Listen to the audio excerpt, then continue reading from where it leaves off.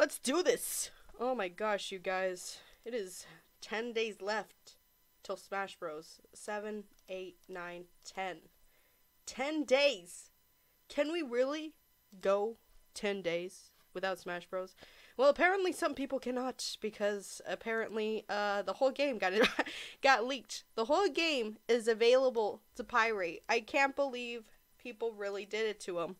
Like, we couldn't just wait 10 more days to Smash Bros. No, some people had to really get that Smash Bros. Today we're going to be playing 999. For this week, next week we are definitely going to be playing Fortnite because I kind of want to do a thing where we just kind of like, we play Fortnite. I remember the days when I was addicted to Fortnite. And then we get right into Smash Bros. The minute it comes out, the day it comes out, we are going to stream that game. It is going to be exciting. I'm hoping to also stream the, what's it called? The story mode with you guys. I'm looking forward to streaming the story mode. Let's see. What was it? I was going to do a header. New week, same game. Alright, let's play 999. Let's play 999. Let's play 9. Are you guys ready? Are you guys ready for this? I see some of you are in the chat. How are you doing, Hydrogen Legend? How are you doing? You're coming in here with the H. I'm assuming you meant to type hi, but I think it's pretty cool that you just typed H. It's all good. It's all good. Oh man. I recently saw Jacob this weekend, and I gave him his Christmas gift. As you guys may or may not know, me and him, or at least for sure I am, and I think he is a little bit, we are fans of this movie that's called The Room. I showed it to him a while back, and it was really nice. It was really nice. I mean, it's nice in the sense that this movie is probably one of the worst, but, well, it's not one of the worst. It's one of the best movies at kind of being bad. And, you know, it has that interesting type of, like, appeal to it. Like, how is this so popular? But this has nothing that you would ever want, like, in a movie, I don't think. It's interesting. The movie is definitely rated R, though, so if you are not 17, then I suggest not watching it. But besides that, the game is amazing. 100%, you guys, if you are interested, please look up The Room. It is definitely one of my favorite movies, and it will continue to be one of my favorite movies. So I know that for sure, me and Jacob know that there was only, at the time, Tommy Wiseau only had 2 scripts to The Room. Only had 2 scripts of The Room. And it was the, what's it called? There was only 2 scripts. It was Tommy Wiseau's copy and Greg's copy, or the director's copy. There was only 2 scripts for The Room, and now he was selling it for at least like $17 or so. You know, that's not including shipping or anything, but he was selling the script, so I thought, you know, Jacob loves to collect scripts, so I collected it for him. I bought it for him, and I gave it to him for his birthday. I mean, not birthday, Christmas. I gave it to him for Christmas. His birthday's near Christmas. It's like right afterwards. But yeah, I gave it to him, and then they had, Tommy Wiseau underwear that came with it, and it also had, Tommy Wiseau underwear and an autograph. It was like a, photocopy, like, you know how, like, they have, the pictures of, like, people's faces and such like that, like, the headshot was a headshot of Tommy Wiseau, very well professionally, done, and, he autographed it. He autographed it to me, sadly, because I didn't put a note, or I couldn't find a place to note that it was Jacob's gift, so I ended up, it was autographed to me, but it still has Tommy Wiseau's autograph, which is really nice. This title of the stream directly relates to my penis. Oh, geez. No, hi, just a, No high, just H. Okay. That's good. That's good. But yes, the movie is interesting. The script is very interesting also. I wish I had more time with the script, but you know, that's all good. That's all good. I'm happy Jacob's enjoying it though. I'm really excited for him. Let's open up this thing. Oh god. This is way too loud. Let's lower the volume a little bit. Okay. So previously we got an F. F means 15. However, what I didn't know was this bottom part, and this bottom part you're apparently supposed to make 15 all the way around, like Sudoku. And that is the stupidest thing ever. Dang it, I was too late to make that penis joke. Oh, it's all good, Atlas. Let's see. So we have to figure out how to make 15 everywhere. So 2, 9, 9, 10, 11, 12, 13, 14, 15. That equals 15. How are we going to equal 15 again? 3, 9, 10, 11, 12. No. 9, 10, 11, 12, 13, 14, 15. But that's only... This is a little bit hard, not going to lie to you guys. A little bit hard. I mean... Here, maybe it's supposed to be... Maybe I'm supposed to switch them up. I forgot to look up the solution for this, so that way we could just skip through it. So now I'm gonna have to use my brain for it. Oh, but then that won't work. But I mean, if I just put that here. There you go. Wait, this was supposed to... Is up and down also supposed to equal 15? Because that's kind of dumb. Here, you know what? I give up. I'm going to look up the solution. I'm going to look it up because this is a little too hard. I'm not going to lie to you guys. Okay, so 999, the F solution. The F solution. The cargo room solution. Okay, F. Nice. For each pen. Okay, so A, you could see it. 15. To figure it out on your own, figure out which two numbers you need to add to get 15.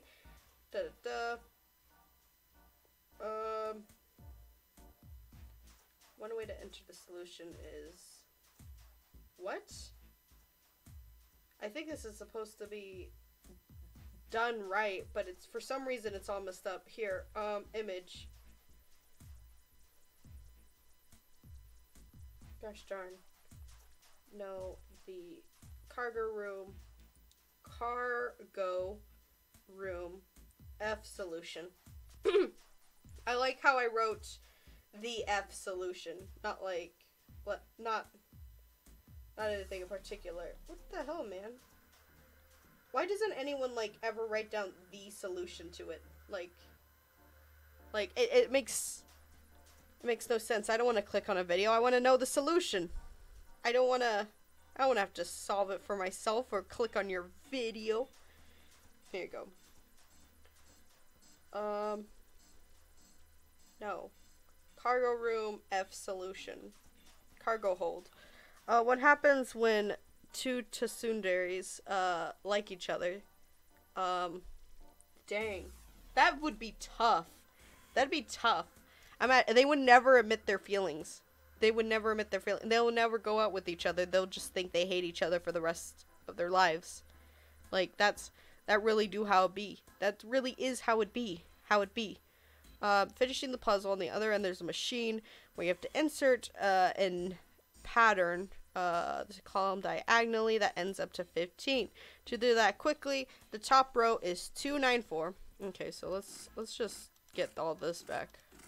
So 2, 9, 4, and then the middle is 7, 5, 3, 5, and then 3, and then the bottom row is 6, 1, 8. Nice. Oh my goodness. What? I would have never gotten this, by the way. It would have taken me way too long to figure that out. So thank goodness I don't have to. There we go. All the pins are inserted. All the lights lit. We did it. The power's on now. Looks like there's electricity going in the monitor on top right now. Alright, let's see if we can activate the device on the top. Rip to Steven. Oh, yes. Rest in peace. The creator of SpongeBob has sadly passed away today at the age of 57, I believe. May he rest in peace, you know. SpongeBob, for sure, has been one of my favorite shows for a very long time. And one of my favorite episodes is the marching band episode. So, I remember one time I downloaded the marching band episode and I put it onto a CD, and I was showing it on a bus because, you know, we had these shuttle buses that had TVs on them. So we put in I put in a bunch of SpongeBob related, like I put the movie and then I put the marching band episode, and we all just kind of like, we enjoyed it and we loved it because it kind of related to us in a weird sense, and it's nice that that's what he did for people.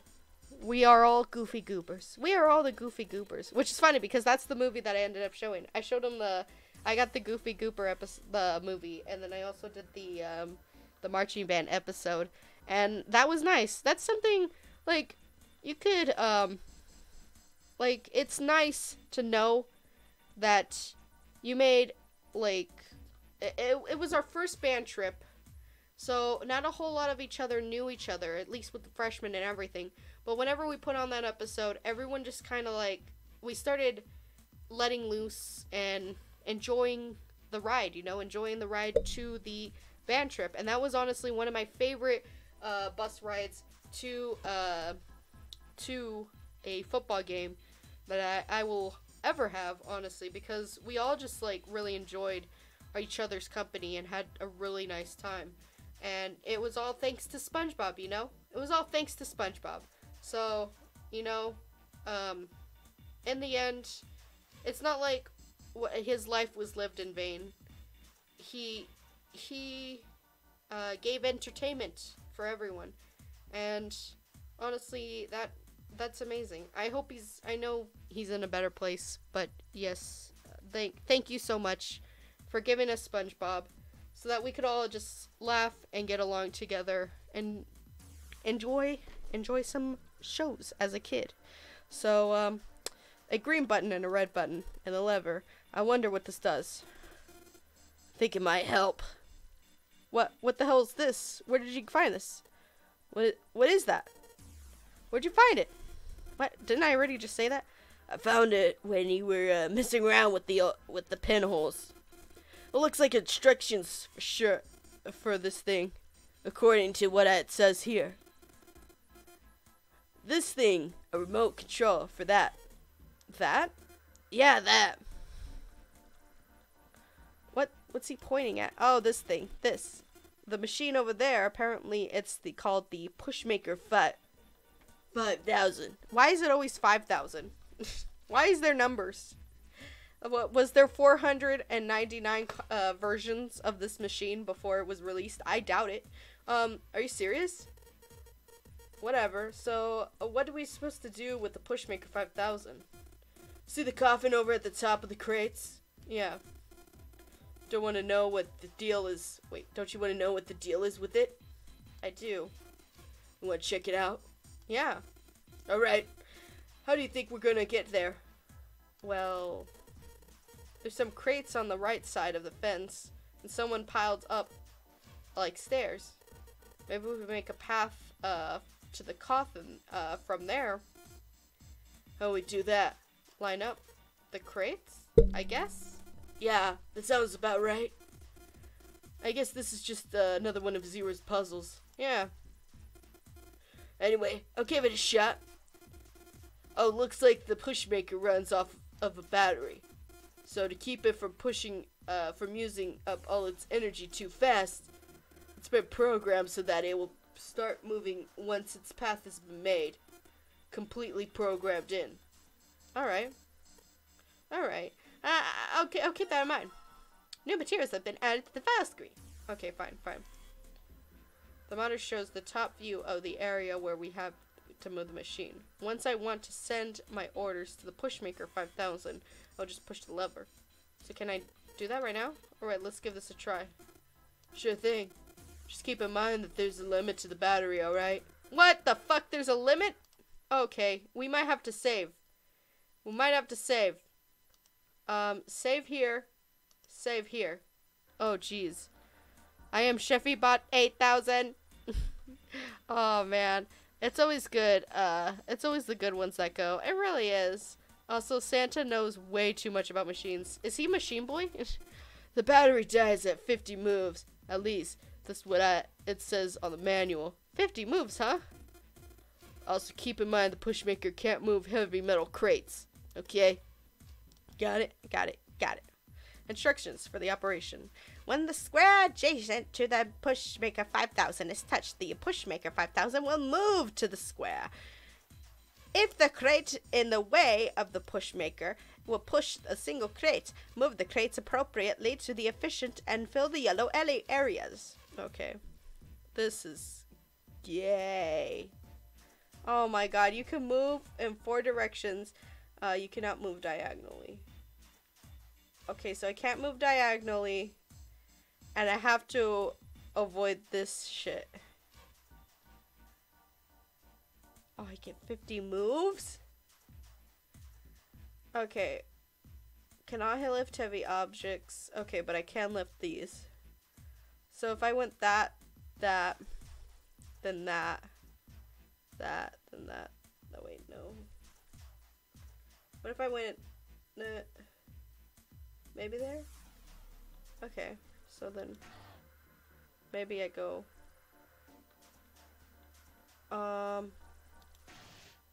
okay.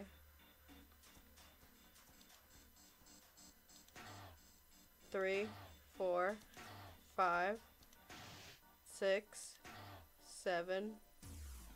Oh, am I supposed to push the crates over here? Or am I supposed to go 2, 3? Reset. Okay, then maybe I'm supposed to push the crates in there? Oh, jeez. And then push this there. And then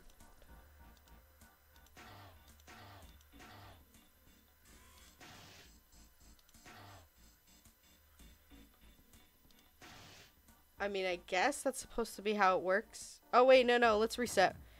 Well, we gotta know, what's it called?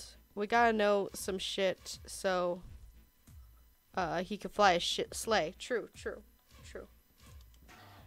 Maybe if I, there you go. And then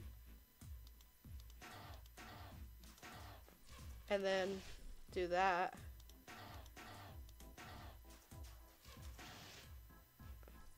Oh, fuck, but that's not right. God, this is hard. Okay. There you go.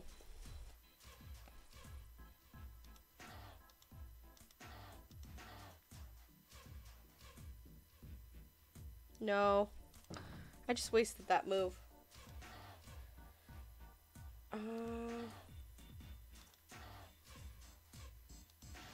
Can I move it from here? No, I can't.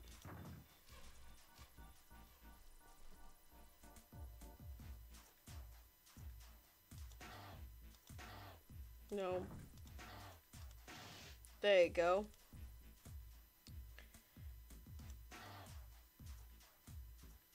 Can I also move this? There. True story. Dang. Oh, maybe if I move this up and then I move this in there.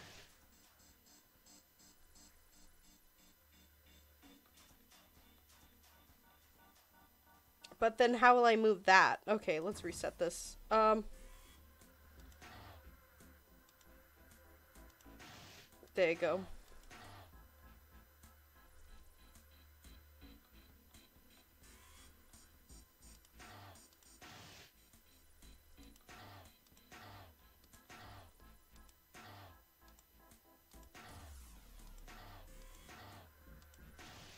There you go. And then there you go. And then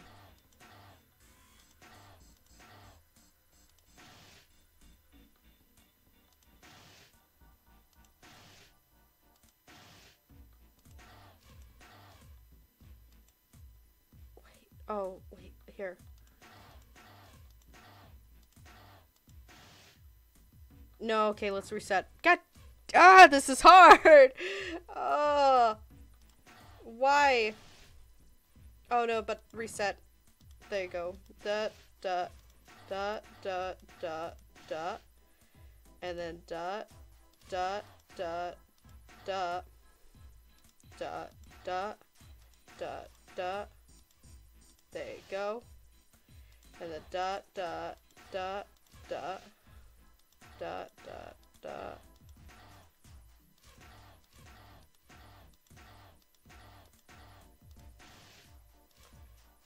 Okay. Okay.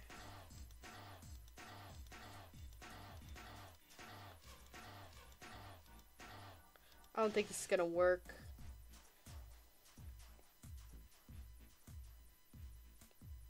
Reset. This game's hard. Okay, pushmaker. Can't move diagonally, but can move everything else.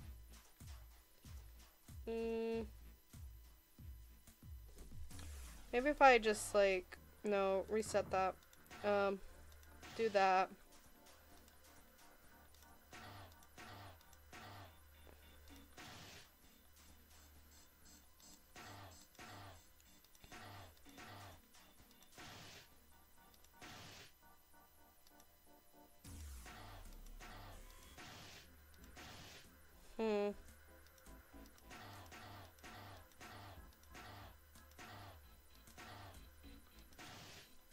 No.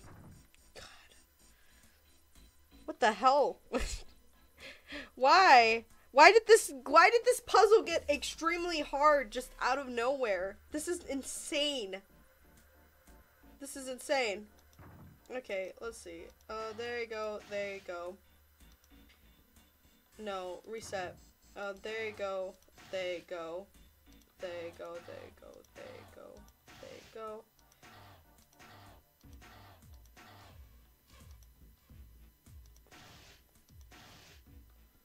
And then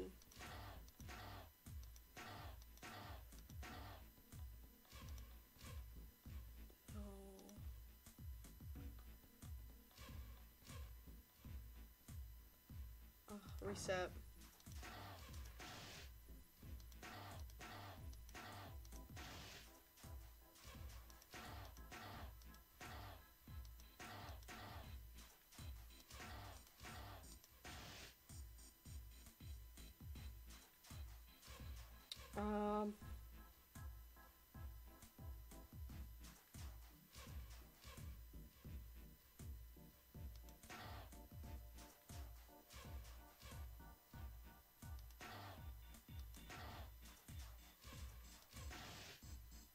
No, god damn it. God. Wow, this game is just insane. They expect me to figure this out of nowhere after giving me super easy puzzles. Wait, why did I do that? That was stupid. Okay, dot, dot, dot, dot, dot, dot, dot, dot, dot, dot, dot, dot, dot, dot, dot, dot, dot.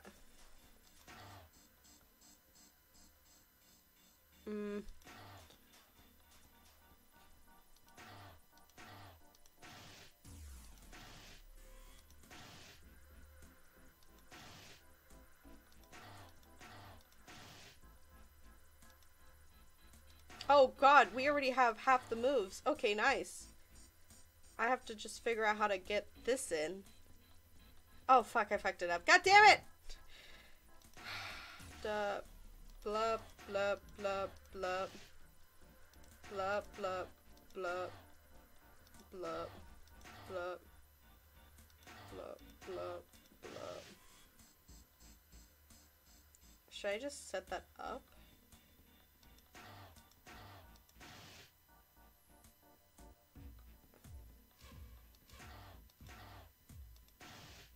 No, goddamn. There. And then go up here to hear Jerry and Harry. I don't know why Jerry's there. And then you go down here, you hit up Samantha and you tell her, hey, go over there. And then you hit up Jimmy and you tell him to go over here. And then you hit up Clarence and you tell him to go up here. And then you tell Sam, yo, I'll see you in a second. I gotta hit up Jimmy over here and put him down here. After this is over. And then he goes there. And then you hit up Clarence again. You tell him, hey, I got a nice spot for you over in the promenade. I hope that's okay. 1, 2, 3.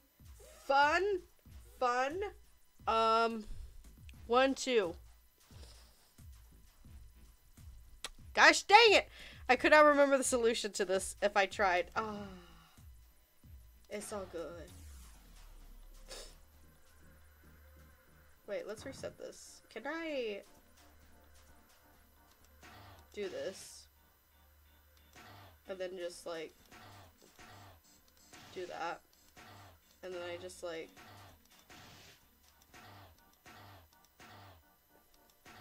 no. God.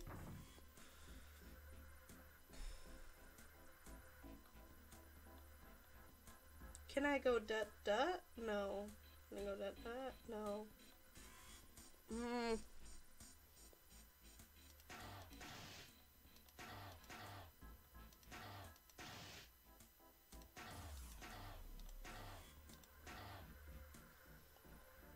This is hard.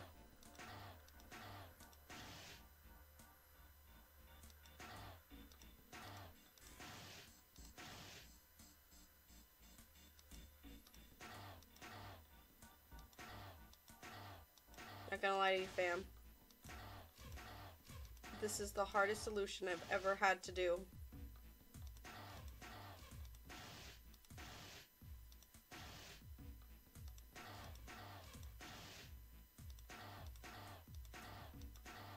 Five, 6, 7, 8, 9.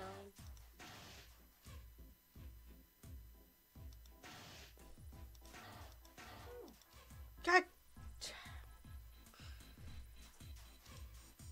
Okay, the monitor on top view. Yeah, I get that. Okay, jeez. Thank you, Jimmy, for telling me that for the 50th time.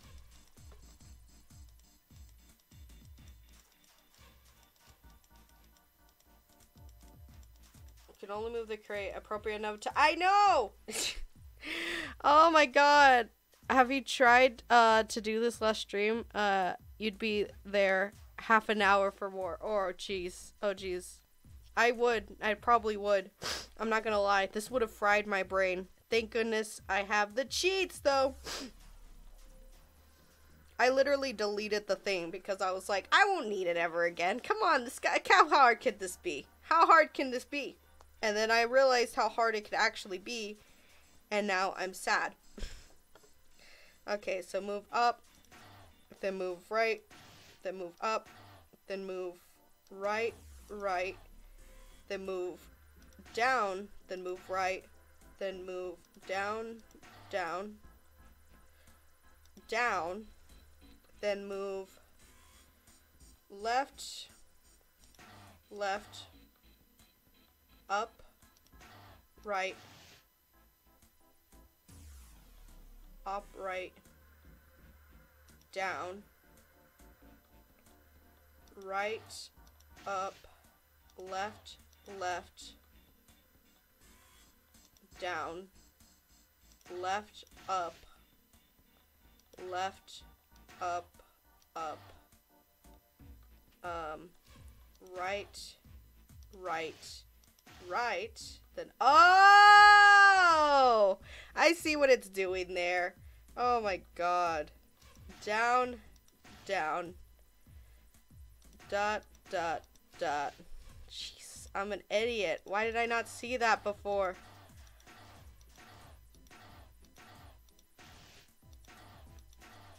One, two, three. Oh my goodness! How did I not see this? Hello, Paper Jam. How is it going? How is it going? Breathes ends humanity. Cheats. Oh my gosh, cheats. Thank God for cheats. Oh, yes. Cheating is good. Okay, I'm done putting in the program.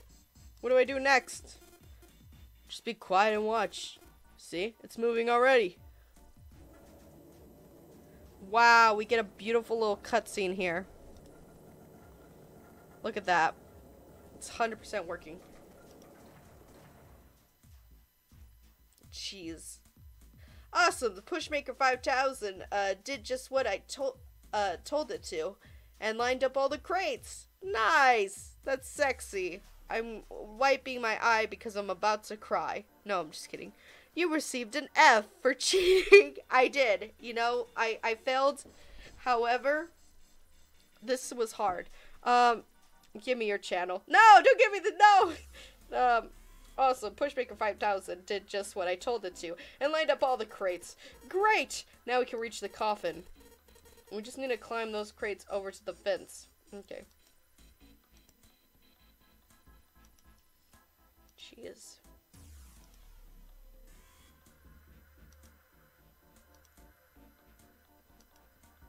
Okay.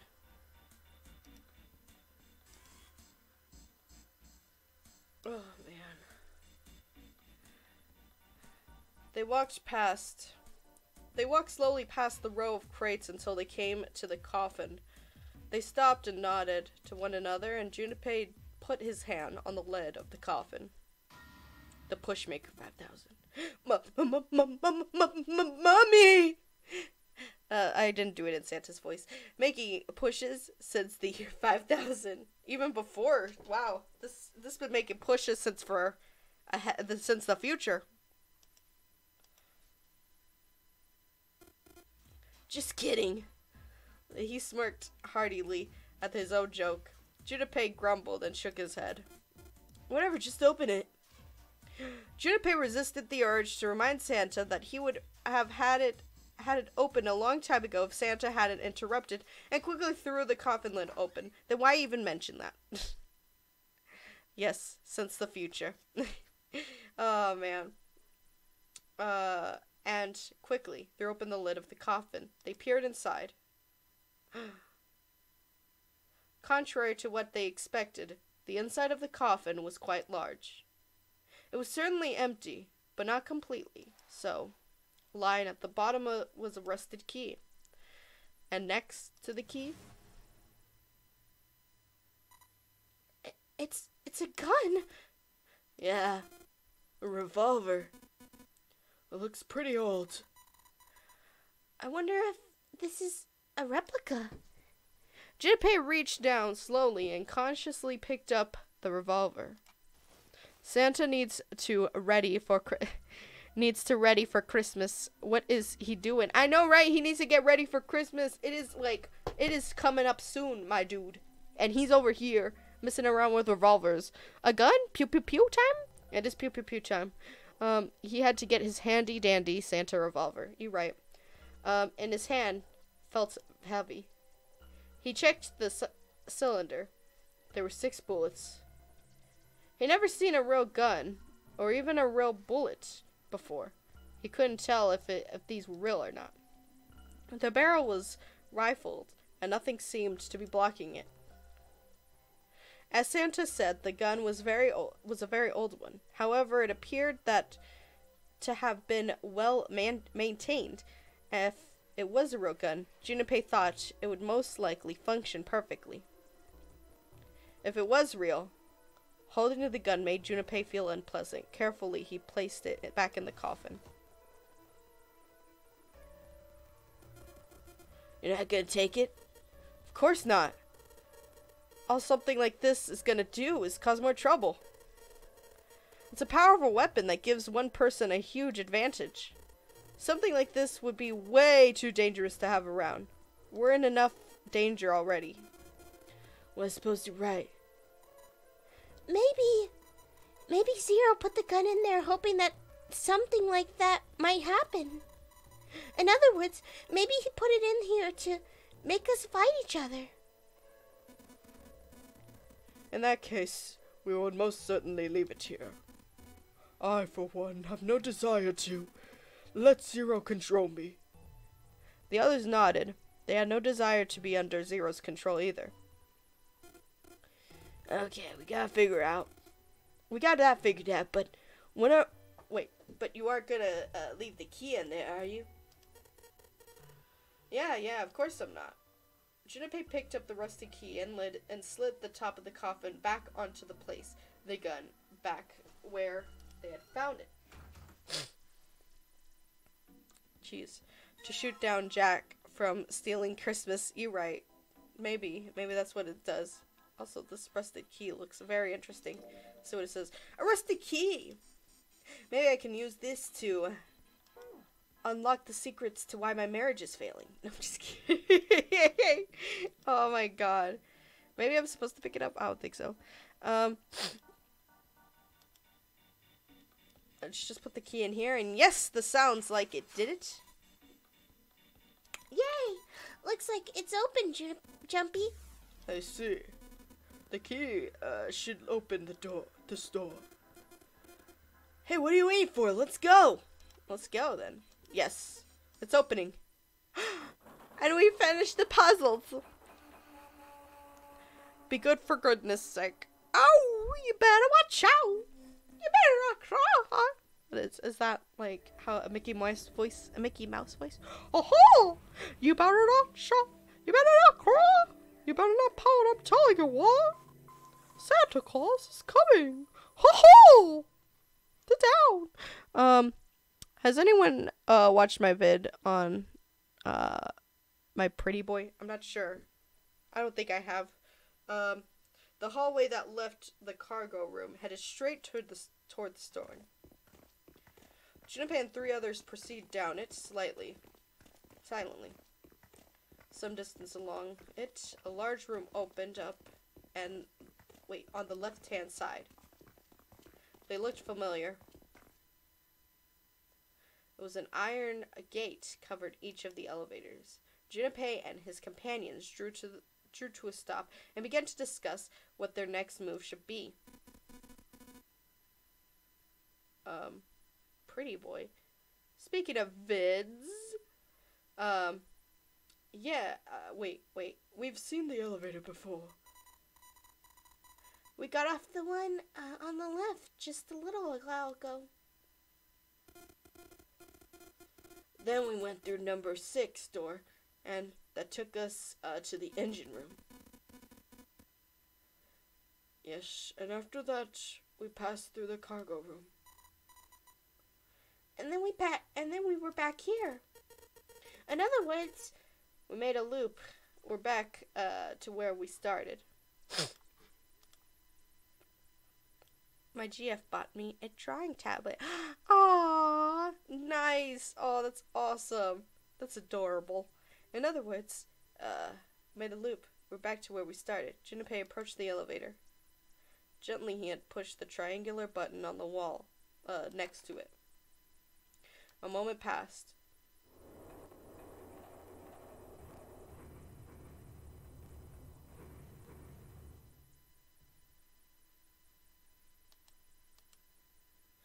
The elevator door opened. Oh, it apparently closed again. And shut.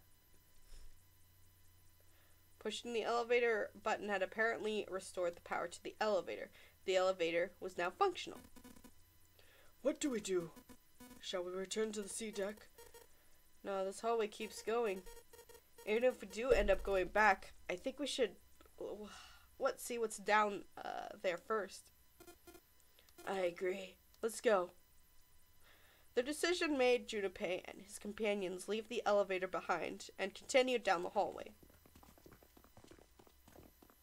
BRB. Off to watch Nightmare Before Christmas. Okay, I hope you enjoy it. I keep forgetting I changed my YouTube name to Shafi. Shafi. Shafi. Sometime later, Santa, who had been walking several paces in front of the rest, suddenly stopped. Set in a wall in front of him was a door. As far as Junpei could see, there was no other way to proceed. It was a door or nothing. Alright, let's open it. Junpei took a deep breath, readied himself, then grabbed the doorknob and pushed open.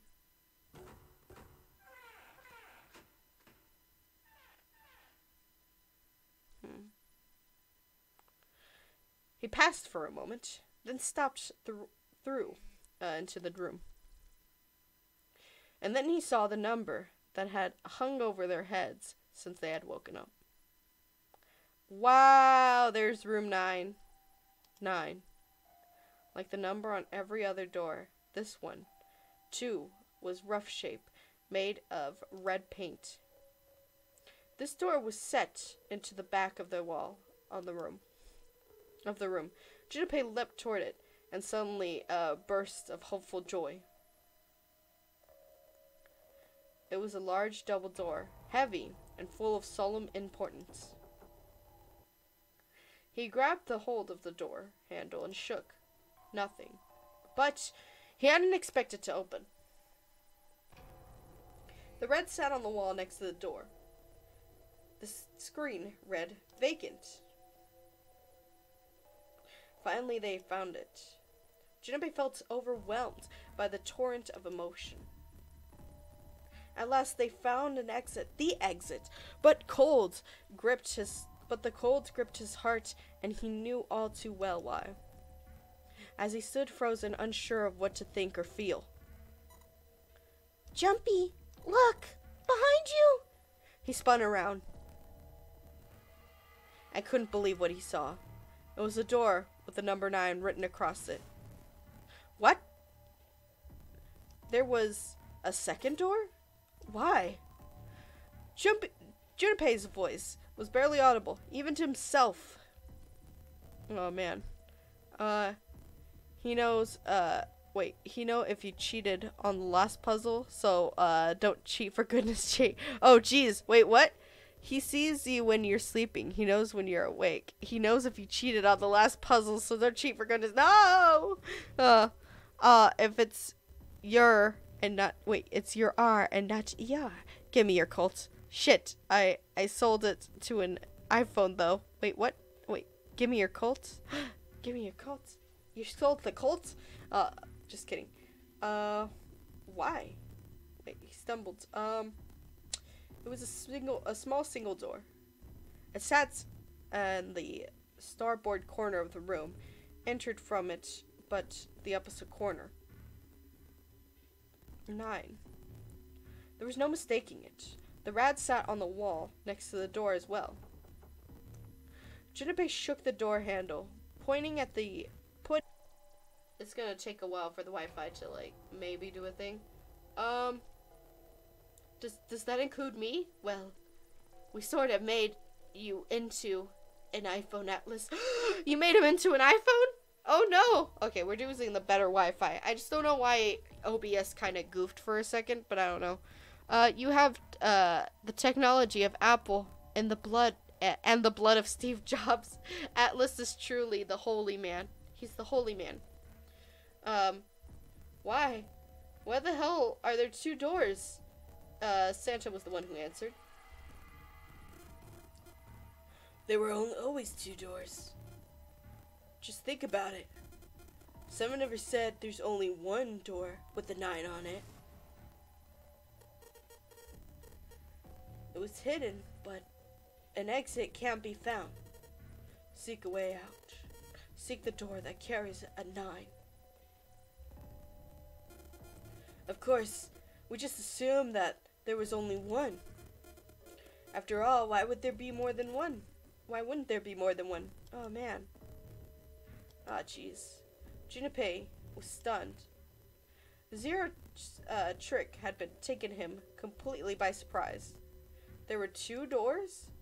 That meant that out of all the 9 people who had met the central staircase could escape and leave no one behind. That's true. Now, the reason for the bracelet numbers being 1, 2, 3, 4, 5, 6, 7, 8, 9 was clear.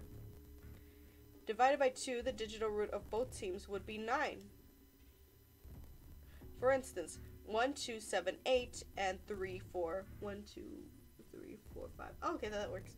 And 3, 4, 5, 6, 9 would be the digital root of both teams would be 9. Or 2, 3, 4, 9, and 2 and 1, 5, 6, 7, 8, the digital root would also be 9. There were so many workable combinations, but they all ended the same way, with a digital root of 9. But did that mean the answer was quite simple? From the very beginning of the non-array game, was designed to save all 9 people. Zero hadn't been lying. Zero had never said there was only one door. But anyone who found themselves in the game would just assume that there was the case. Fights would have broken out. One team would likely betray or deceive the other. Someone might be hurt. Someone might get killed. But eventually, they will reach the room Junpei now found himself in and realize the pointlessness of whatever violence they'd visit upon each other. There were 2 doors. No need to kill each other. They'd understood and been appalled, overwhelmed by guilt at what they'd done. Perhaps that was the purpose of the game. That was how the non-array game was meant to be played. Fortunately, they hadn't started to fight one another, and at least not yet. But if one misstep was made, if the wrong mistakes happened, the stakes would rise and the noose would tighten. The thought of it sent chill down his spine. So, what are we going to do, Junpei? A voice broke through Junpei's frantic thoughts. Santa's voice. It brought Junpei back to his senses. No use worrying about the future. He needed to figure out what they were going to do next. Wow. Not gonna lie, Atlas would be a good name for a tablet or a phone. Yeah, it would be an amazing name. I would get the Atlas X9. X9. It's like Samsung, how they have the Note 9, but then also iPhone, how they have the iPhone X. It'd be the Atlas X9. You have, introducing the new iPhone Atlas, now coming to stores near you. There were 4 people in their rooms. Ace, Santa, Junpei, and June. The bracelet numbers were 1, 3, 5, 6. The digital root would be 6. In other words, 4 of them couldn't open the door with the number 9. But what if there were only 3? Could open door 9, it would be opened with the 3 of them. It took him no time at all to determine the answer. There's only one combination for 3 people, and that would give the digital root 9. 1 through 5 equals 9. That's like Ace, Santa, and June? January, February, March, April, May, June. Oh, no, so me. That would mean you leave June behind? No. We gotta go back. That wasn't possible. He was... Oh, wait. That wasn't a possibility he was willing to consider. Santa and Ace agreed. Yep, I agree. We cannot leave June behind. Junpei let out a breath he hadn't realized he had been holding. She's like, it's okay. Are you sure? You can leave me behind. And he's like, okay, fine. She's like, No, what the hell's wrong with you? I don't mind staying. June's body betrayed her true feelings. Her eyes were wet with the beginnings of tears, and her legs shook. It's okay. There's no way we'd leave you behind. Santa had said what Junpei had known for the moment he realized which 3 people could go through the door. Besides, I'd rather drown at the bottom of that ocean than escape with this sausage fest. Maybe I'll get to go to Atlanta. Or maybe I'll get to go to Atlanta. That was Junpei this whole time. What the hell, man? Are you sure you didn't mean Atlantis? Oh, he wanted to go to Atlanta. It's Atlantis. Yeah, I was like, what the fuck? Oh, right. Perhaps it was a sudden reassurance that no one had wanted to leave June behind, but Junpei laughed harder than he had in some time. Santa and Ace smiled. You guys. June blinked, tears in her eyes, and bit her lip. She didn't seem to know what else to say. Well, best we head back to the sea deck then. We should be able to take the elevator we passed earlier. Perhaps Clover, Seven, and Lotus will have returned from door 1. Even as Ace spoke, they knew finding the others wouldn't improve the situation. There was no way that they could split into teams and they could go through the doors. Ace knew it. They all knew it. But there was nothing else they could do. They would find the other 3 and search for another solution. Damn. Leave June behind. Ending would be funny. What? No! Oh, jeez. Oh, yeah. Oh, an A. Leave June ending would be... Wow, that would be so sad. That would be horrible. My phone always goes wonky when you switch Wi-Fis. Dang. Alright, let's go. Ace looked at all 3 of them, then turned and headed through the door. Santa and June followed. Junpei stared toward the door, then stopped.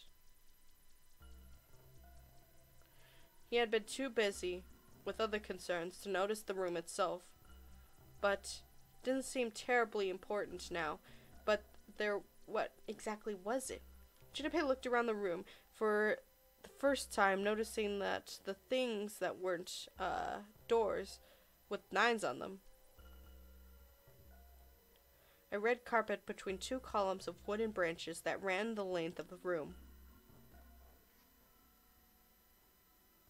The carpet began at a large set of double doors and ran toward the bow toward. Junpei wasn't sure. Oh. Was it the altar, perhaps? There was a small rectangular alcove at the end of the carpet, and inside the alcove was a raised platform. Resting on top of the platform was a coffin. A coffin? Coffin? What on earth is a coffin doing in a place like this? But before Junpei had time to answer the question... Hey, Junpei! What the hell are you doing? Let's move! Santa's voice echoed from the hall outside. Right. Oh, okay. I'll be right there. Junpei turned on his heel and left the quiet, somber room. Wow. She legit almost said, leave Atlas behind. Wow. No, I'm sorry. It's because we were talking about the iPhone Atlas. What the hell is this? What?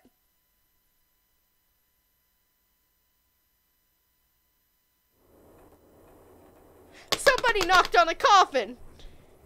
Sorry, I right-clicked on everything. Dang. Somebody knocked on the coffin. That's shook. They took the elevator up to the C deck. To the CD's dick. Oh, I'm just kidding. Once there, they headed back towards the main hall and the staircase, the central staircase. It didn't take them long. Junpei found Seven and Lotus waiting for them. They didn't look happy. We've got a problem. Clover is gone. Junpei and the three companions looked at one another. He turned back to Seven and Lotus. What do you mean, gone? Santa, Ace, and June had their own questions to ask. When? Why? You two went into door 1 with Clover, didn't you? Santa and Lotus responded in the best they could. Yeah, Oh, wait. Yeah, Dad, that's Santa's voice. Yeah, we went through the door together. But Clover barely spoke to us. She didn't... Wait. She just did her own thing the whole time. There were 4 rooms on the other side of door 1. She wouldn't let us enter the 4th room. She just said, I'll take care of this one. And then shut the door. She must have blocked it with something on the other side. We waited for a while, but Clover didn't come out. We called for her, but she didn't answer. So I kicked the door in, and we went into the room. But it was empty. Clover wasn't there. There was a door on the other wall. And it was open. We figured she opened the door and left by herself. Ran after her, of course, but... Well, obviously, but we didn't find her. We figured that much out. Clover's gone. Oh, wait. Clover fucking gonna axe a bitch again. No! Oh, my gosh. Coffin Bay. Coffin Bay. She knocking on the door. She's like, knock 3 times. Wait. What was it? Knock 3 times. Da da da da da da da da da. Twice on the pipe. Alright, I can't do a pipe. Can I do a pipe? No, wait. How do I do a pipe? How do I do a pipe? Twice on the pipe. Wait. Twice on the pipe. And it da da da da. I don't know the song all too well. Knock 3 times. It's an old song. Okay, I'm sorry. Clover's gone. Junpei thought for a moment. When did this happen? We got here just before you. You certainly have excellent timing. So, you haven't searched anywhere other than near the staircase? No, we haven't. Finally, Ace spoke. His voice in an edge of resolve and concern. Very well. We best separate and look for Clover. We haven't much time left.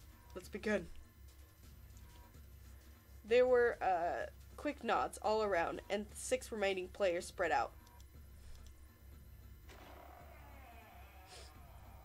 Junpei and June ran into the large hospital room together, and quickly as they could, they searched around and under the beds and in the corners. She's not here. No, she isn't. Alright, just in case, we should go and take a look at the shower room. You just want to see me naked. And I'm like, no, we're looking for Clover. The shower room? That's where her brother is. She might have gone to see him. June bit her lip. She knew, as Junpei did, that there was only one thing to see in the shower room, and it wasn't pleasant. It was a naked body. It was probably June's naked body, and it wasn't pleasant. Oh, jeez. Seven and Lotus probably blanked and lost Clover. Yo, Lotus is like, I'm a mother. Is that okay? And he's like, oh, hell yeah. I'm into that shit. No, I'm just kidding. 7, that would be gross. 6 people running around, and you left a gun in the room. Oh, jeez. Oh, jeez. I mean, I'm sure Santa probably took the gun, because he said he was going to keep it. But yeah, Ju bit her lip. She knew, as Junipero did, that there was only one thing to see in this. Oh yeah, and it was pleasant. Well, we might as well check, right? Let's go. There's a screwdriver stuck in between the door and the frame. Junipero and June slipped through the door, moved into the hallway, and stepped into the shower room. Wow, okay, we never seen this shower room. No luck. Yeah, I don't think she's here. June's voice was faint, and she placed her hands over her mouth. Her face, looked green. The stench in the room was almost unbearable, and had grown far more unpleasant since they last visit. If Junipero had eaten at lunch, he would have had difficulty retaining it. He wanted to leave the room as soon as possible, but he had to be sure.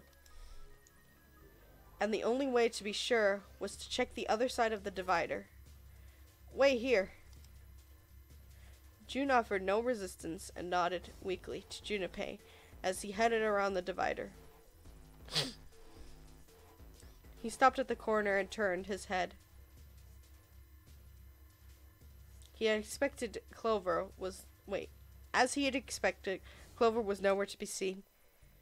There was only one thing on the other side of the divider. The only thing on the other side of the divider was a dead body, lying in the reddish-brown puddle of dry and drying blood. I don't know. There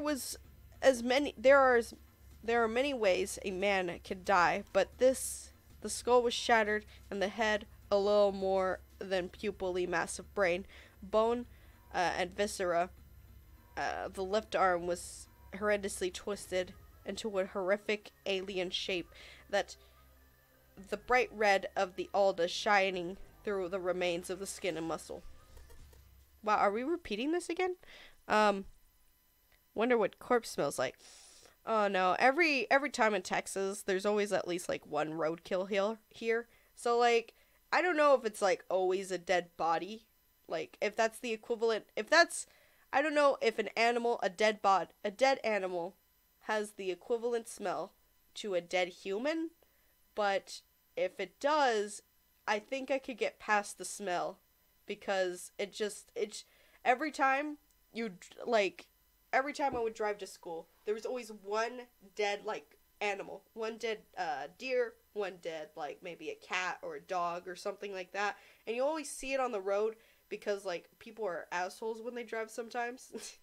Or they're not, or they're not. Sometimes it's, like, really on accident, and, like, the deer will just jump in front of the street, like nothing's going on. And, I mean, after a while, the smell just stays there. But, like, it's like a very, I want to say it's sharp. It's a sharp smell. It's not a very, like, it's not something that, like a fart. Like, if you smell a fart, it's not like, it's kind of like, it's weird. I kind of want to explain this in, like, shapes. Like, whenever you smell a fart, it's like, it's kind of like a cloudy-ish type smell. Like, if I could put a shape or a feel to a fart, to me, it's like cotton. It's like cotton. I feel like a fart and its smell is like, it's bad, but it's not a very sharp smell. And then with a dead body, it's a very sharp smell. It's a very sharp and vinegar type smell, and it's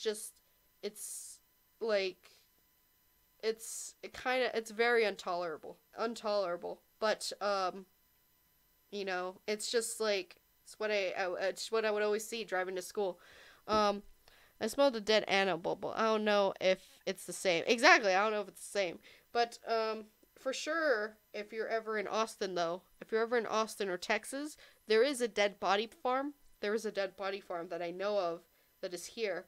So, I mean, I'm pretty sure those smells are pretty similar to each other. Like, you'll be able to smell a dead body there. But let's get right into this. Huh? Wait. Bright white. Ulna? Bones?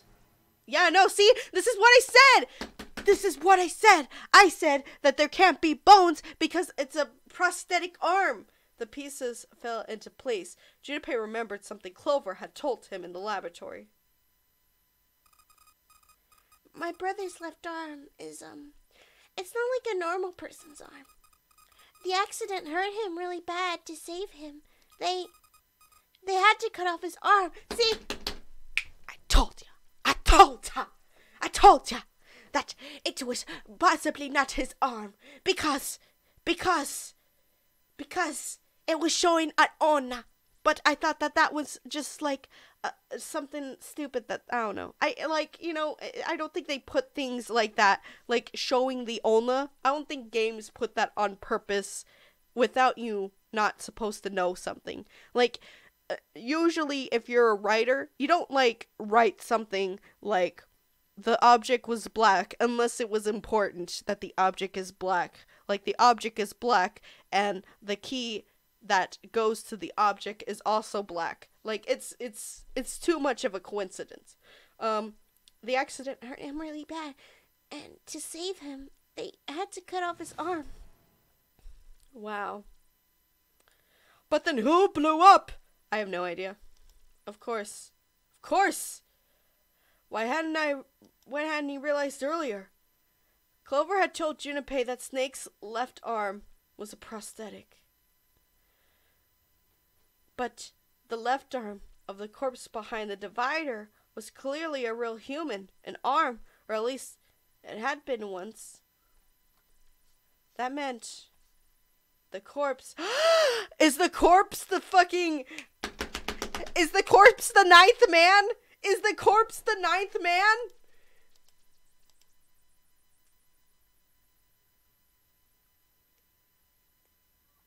Junpei and June headed back toward the large hospital room. They stepped through the door and found the shower room. In Snake's clothing as well? I mean, that's weird. The fact that, like, that's, why would Snake, I feel like Snake did this shit. Why would Snake do this? Why would he frame himself or frame someone into thinking that was him and that he exploded? Why is he starting this conflict? There's no point to it unless he's working with Zero. Down the hallway, they went searching for Clover in every corner. They had reached the stairs when Seven appeared, breathing and yelling. June, where are you guys? They looked pale, and his face was drawn. Something terrible had happened. Junpei's breath caught in his throat. Did something happen? Seven drew a shaky hand across the face and gulped down a breath of air. Clover is dead. No! Why?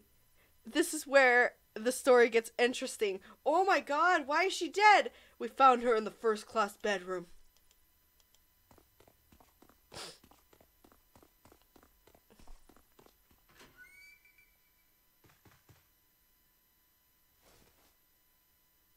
What?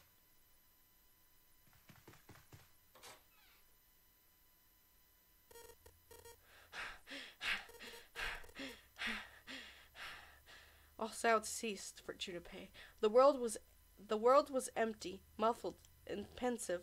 Expensive? I don't know. Expansive? They had begun to hear his own voice breathing. What? Oh, this is not... She does not look dead. She does not look dead at all. She looks kind of alive. All sound ceased for Junpei. Oh, wait. Okay. Triple dots. June's mouth moved. But he heard nothing. She tried once more, and her energy was gone. She collapsed against the wall. He couldn't have helped her, but he hadn't. and now she's dead. So he stood there frozen in place. Clover. Clover. Why? Why had this happen? Junpei. No! He was, oh wait. She was 18! I could've smashed! I could've smashed! Clover. Oh, woe is me. Wow. Each step felt like another nail pounded onto his heart. Finally, he was in front of her. He knelt and placed 3 fingers against Clover's neck. No pulse, no breath. But she was still warm, and her eyes were closed peacefully. It would have been easy to think that she was sleeping. Wow. Also, why is she kind of thick? I don't know. She was not thick earlier ago. Easy that it is, were it not for the slowly expanding puddle of blood beneath her. He traced the source to her back, a gash just beneath the shoulder blade. It was a weapon, a knife, perhaps. It was a knife the killer had taken it when they left. When he closed his eyes, he had saw Clover smile, her innocent smile, her energy. He would never see that smile again. He could have done something. He could have helped her. His stomach twisted itself into a sickening knot. He lifted a limp June from the floor and carried her to the bathroom, from the bathroom. To probably the bedroom. Are you alright? It was a foolish question, but he knew. Yes, I think so. Her voice was weak. The fever had gone down, but the emotional scars she'd received were not likely to recede as quickly. Junpei laid his hand on her shoulder, and they walked back to the bedroom.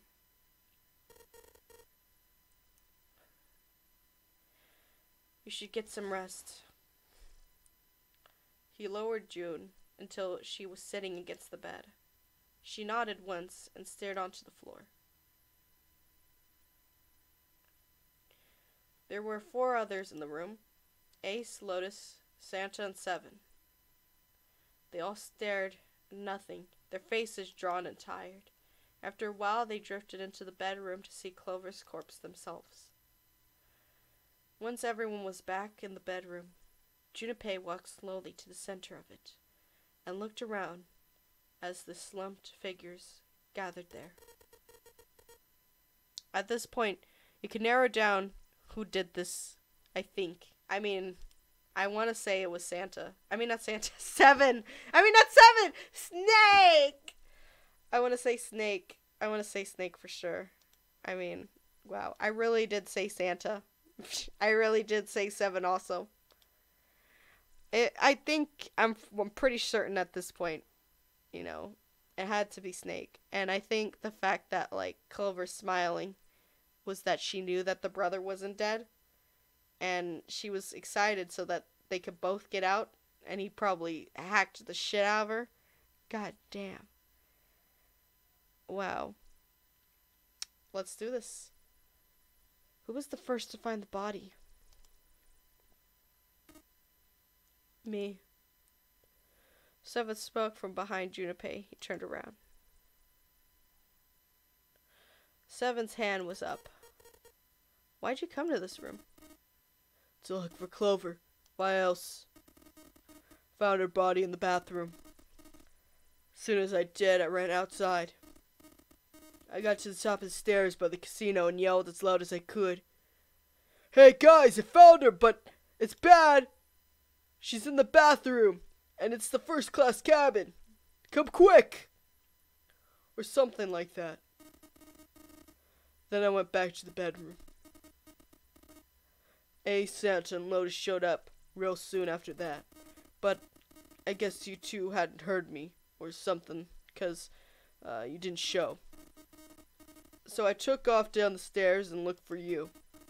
After that, I mean, you know the rest, right? Junpei nodded and closed his eyes. There was one thing he had a need to ask. 7, there's one more thing I'm worried about. What's that? When you finished all the puzzles in this room, and you got the door open, you stuck one of the plates in between the door and the frames, right? Why did you do that? Come on. Didn't I already tell you that? I did so the door wouldn't lock. So we could come back to this room. Oh! You think I did it? Well, I don't know. That kind of depends on what you said, doesn't it? 7 sighed and shook his head. Follow me. There were 2 doors standing next to one another. He opened one of them the one on the right. Behind the door was a closet. I mean, I know this already. 7 stepped inside. He stood in front of the shelves, and gestured towards the small box. The box was small, metal cube. He looked at Junpei. This is the reason. The safe. We couldn't open it when we were getting through this room. I figured there might be something pretty important in it. Yeah, I think it's the safe! The safe did it! The safe killed it! Killed Clover. Safe ending. What? That's why it's called the safe ending? Because of the safe? What? I thought it was because we were safe. Like, now we were safe to do the true ending. What? Oh, this is mind fucking blowing. Oh my gosh. I couldn't think about it. He looked at Junpei. Besides, I figured eventually we might figure out what the numbers are for the safe. And if we did, I don't want to screw around with the door 5 again. So I put that plate in the exit door so we could get in that way. You get it now? Junpei nodded and looked at the safe. He grabbed the handle and shook it. He made it shook. He was like, girl, your Smash character ain't gonna show up in Smash this year. Waluigi ain't gonna be a Smash character. And then the safe was like, what? What? Waluigi ain't gonna be a Smash this year? So now the safe is shook. He grabbed the handle and shook it. Nothing happened. It was locked, as it had been when 7 found it. There was one change, however. Just underneath the safe was a pile of fine reddish brown powder. Rust. Junpei stared at it for a moment. Had someone opened the safe, dislodging the rust?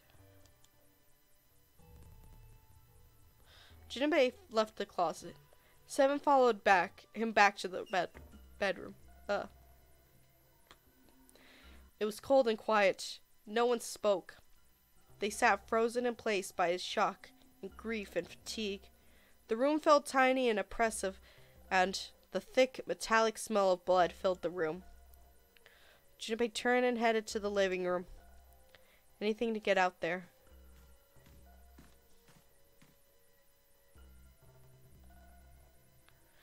There was some other clue, perhaps? Anything that might lead him to whatever, or whoever had stabbed Clover? He had to take his time to examine the room carefully. His eyes caught the door. The door that led to the passageway of door room 5. Behind the door was a dead body of the 9th man. Maybe I should have another look at it, just in case. Quietly, he pushed open the door. Oh my gosh, I told you it's the 9th man! It's definitely the 9th man that replaced Snake.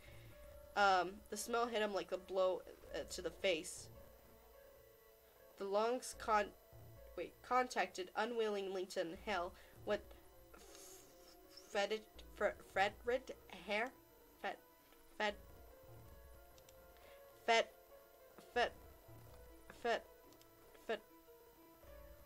fetid, fetid air. Okay, whatever. Um, acid boiled up from the base of his stomach, churning what little food was in there to a violent froth. There was too much for him, and he vomited, and a thin stream of yellowish water and bile splattered onto the floor. Oh my god, Junpei, what the hell, man? He wiped his mouth weakly and stared at the dead body. Chunks of torn flesh laid in the arc around the body. The remains of the intestines was slid onto the floor. The pool of blood in the frame... Oh, I guess it isn't 9. The entire ending is dedicated to a safe. Makes you wonder what it is in it. I know, right? Oh, man. The pool of blood that framed it was half dry, but so thick that it had taken on a texture not unlike that of an egg yolk, prepared sunny side up. Jeez. On the floor next to the broken mass of the man's head laid the glasses, cracks spindering across the lenses. The bloodstains near them had already dried, like scabs on the floor. That was when he noticed. It's gone. His bracelet. It's gone. Oh, I didn't notice that. Oh, man. He had been there when Junpei had gone through door 5 before. He was sure of it. Right next to the glasses. But now... Oh, God. I gotta remember how to do the puzzles of the last game. It was gone. The number 5 bracelet was gone.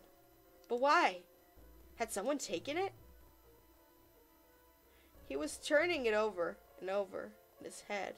And that's when he heard Seven's voice. Huh? Where'd Junpei go? It had drifted out of him from the living room. Junpei walked slowly out of the hallway.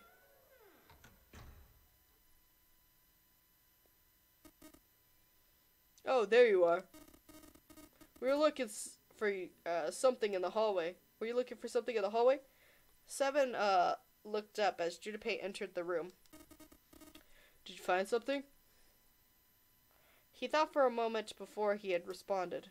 No, nothing. Plot twist, Snake is a safe. Snake is the safe! He just, turns himself into a safe. He's like, boop, boop, boop. I'm gonna be a safe now. No, nothing. Technically, it wasn't a lie. He hadn't found anything in a way. In fact, that was the problem.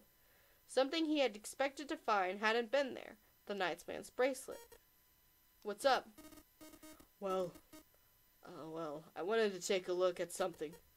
What is it?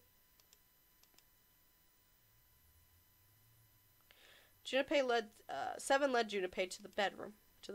Back to the bathroom. Oh my goodness! As Clover's corpse came into view, he felt her stomach flip. He felt his stomach flip. And fell to the bottom of... He felt his heart flip and fall into the bottom of his stomach. Oh, dyslexia is a real bitch.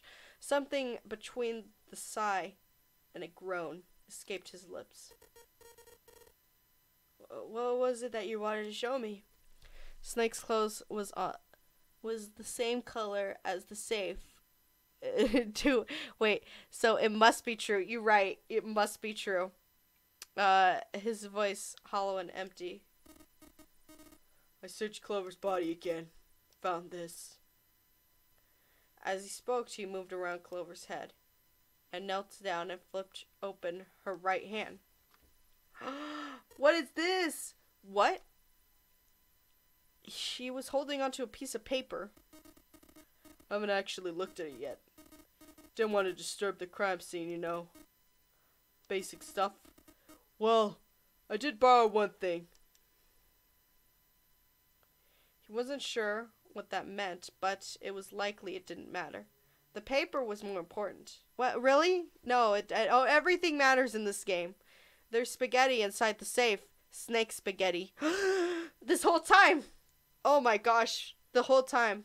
The only thing we needed to do was we have like a flashback, and we all remember this one kid who was having a birthday party, and we were all at the birthday party, and we're like, but we don't remember each other, because who remembers kids from back in elementary school? I don't. Well, a little bit. I remember some of them, not all of them.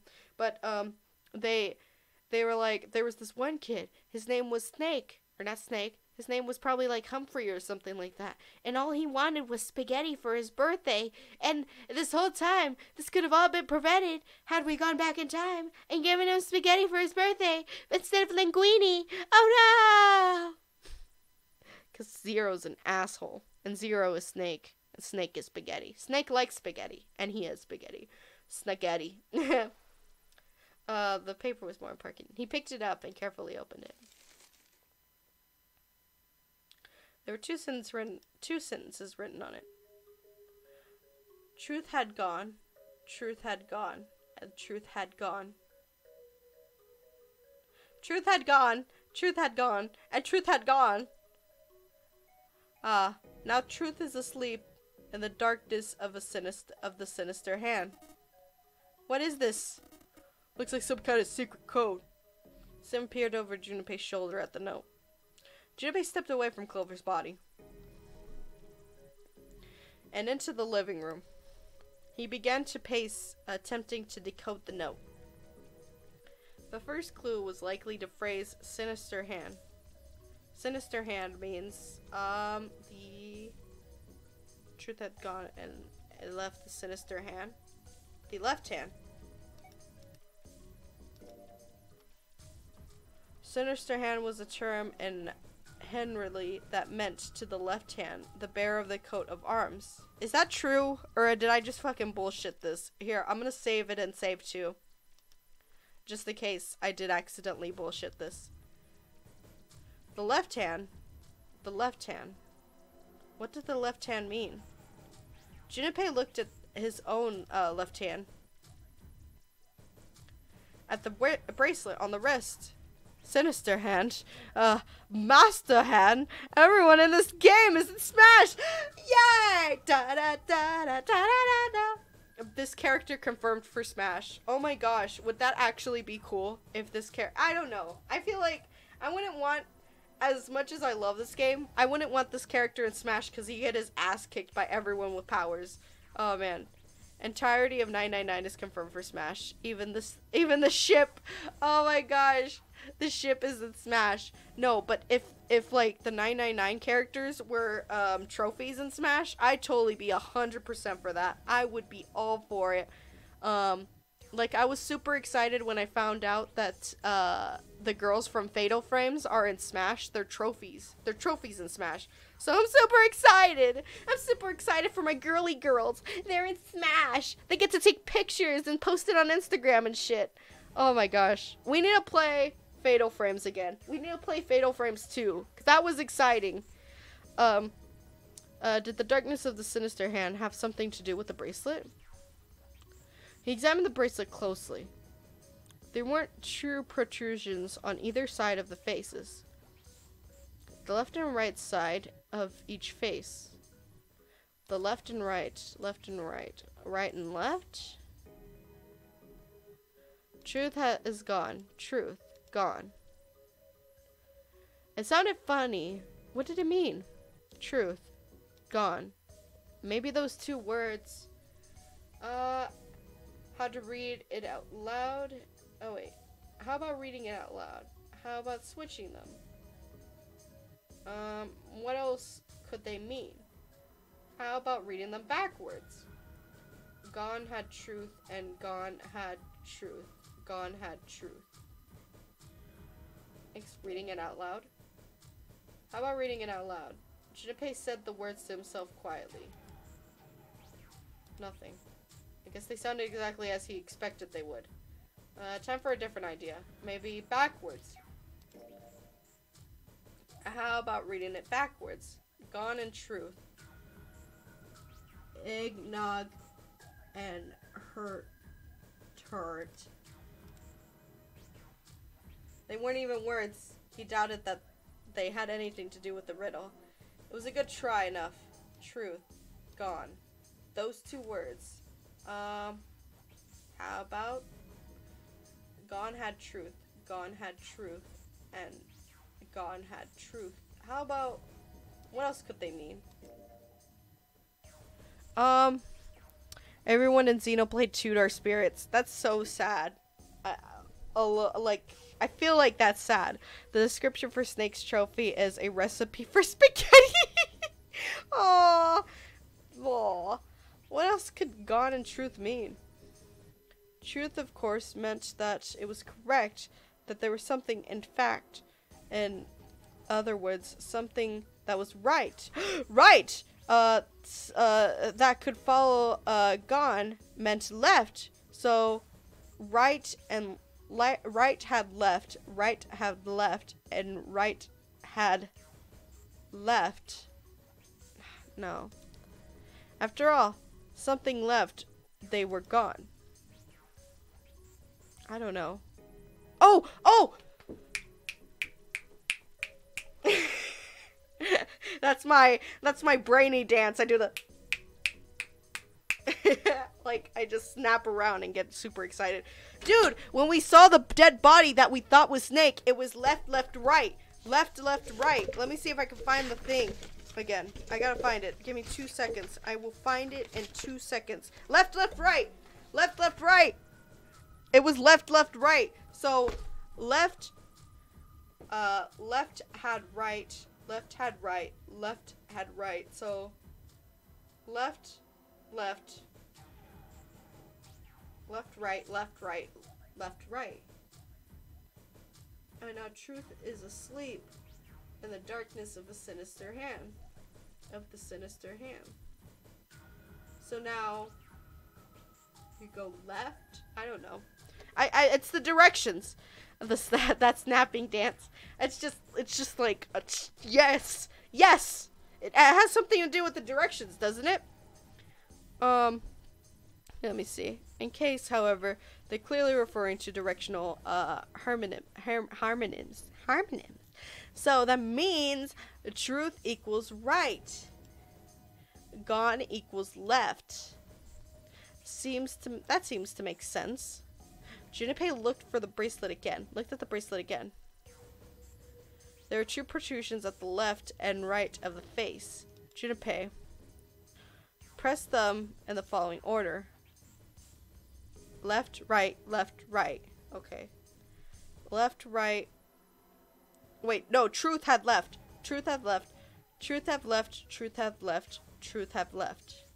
Say so, right, left.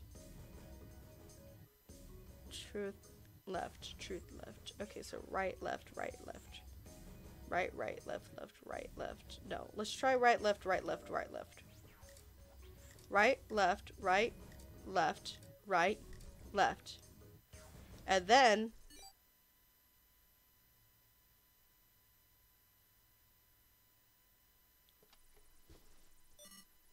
what? In other words, 8 numbers flashed on. What? I didn't fucking read the numbers. Oh no, 8 numbers had flashed on top on them of the face of Junpei's bracelet. He checked one more time to be sure. Okay, what's that? 1. Okay, 1, 4, 3, 8, 3, 4. Wait, let me write that down. 1, 4, 3, 8, 1. What? No. Let me write that down. Give me a second. I gotta find a pencil. There you go. Goddamn. 1, 4, 3, 8. Oh, sorry, the dyslexic version's in the bottom. As you can see, like, I'm looking at this one down here, because at least they're in parentheses. 1, 4. Okay, so 1, 4, 3, 8. 1, 4, 3, 8. 3, 4, 2, 1. 2, 1. So, 1, 4, 3, 8. 1, 4, 3, 8, 3, 4, 2, 1. Sorry, I tend to like mix up my numbers as well sometimes. Like sometimes I'll see numbers and it'll be like they'll jingle jamble them up, and it'll completely like I don't want to screw this up. They'll say it again. I freaked out a little bit. Oh, man. I didn't think they were going to do it again. Huh. Hey, what are those numbers? Junpei didn't answer. He couldn't answer. He had no idea what they were either. Besides, they were sure that he would forget the numbers and the order they came in if he said anything. 14383421. Muttering the numbers to himself over and over, Junpei headed towards the bedroom. 14383421. How many codes are in a safe? Do you need like 3? Don't you need to go 1, 2, 3? So if you split into 3s, 3, 3. No, that's not right. If you took the digital root of each individual, 1, 4 equals 5, 3, 8 equals 8, 9, 10, 11, 3, 4 equals 7, 2, 1 equals 3, and then you just, no, that feels wrong. Imagine if they only said the code once. I would cry. I would restart. I'd be like, okay, we gotta restart this. We gotta go from save 2, do this all over again.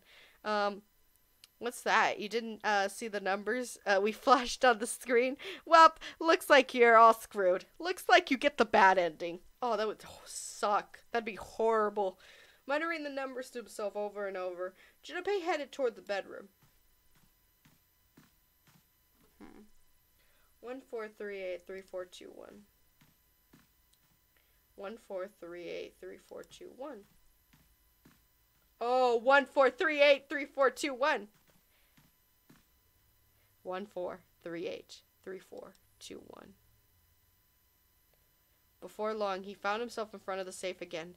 He unlocked. Its locked was only device he could think of that required a sequence of numbers such as the ones that he had just discovered. Besides, someone had opened the safe at least once already.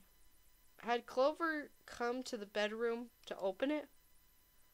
14383421. Junpei slowly dialed the numbers into the bracelet he had been given. 1 to the right, 4 to the left, 3 to the right, 8 to the left, 3 to the right, 4 to the left, 2 to the right, 1 to the left. Finished. Junpei heard a small telltale sign of the lock opening. He grabbed the handle, took a deep breath, and pulled it open. What's in the box? It's Smash. It's just a Smash logo. It's the Smash invitation. It's a Smash invitation. It's a Smash invitational. It's gonna be like, it looks like you were invited to Smash.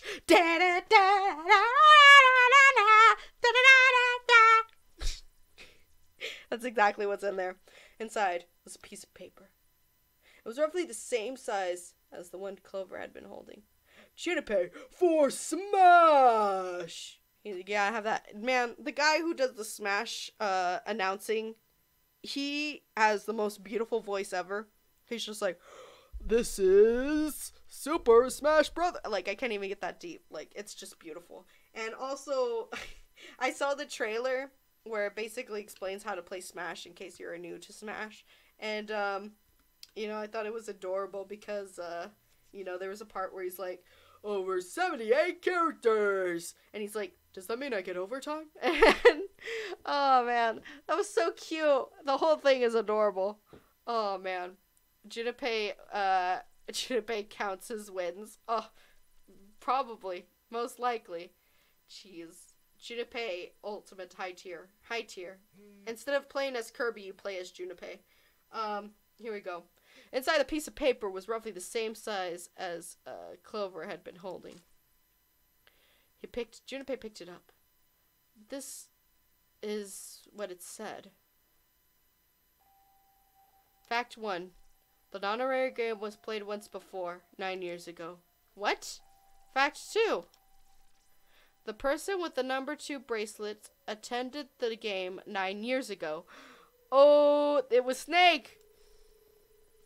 Fact 3. Snake has the, that's why Snake collected the... Why is this moving? My curtain was moving. That was weird. It was weirding me out. But, so here's what happened. Here's my theory of what happened. 9 years ago, the 9-array game was played, and the guy who had the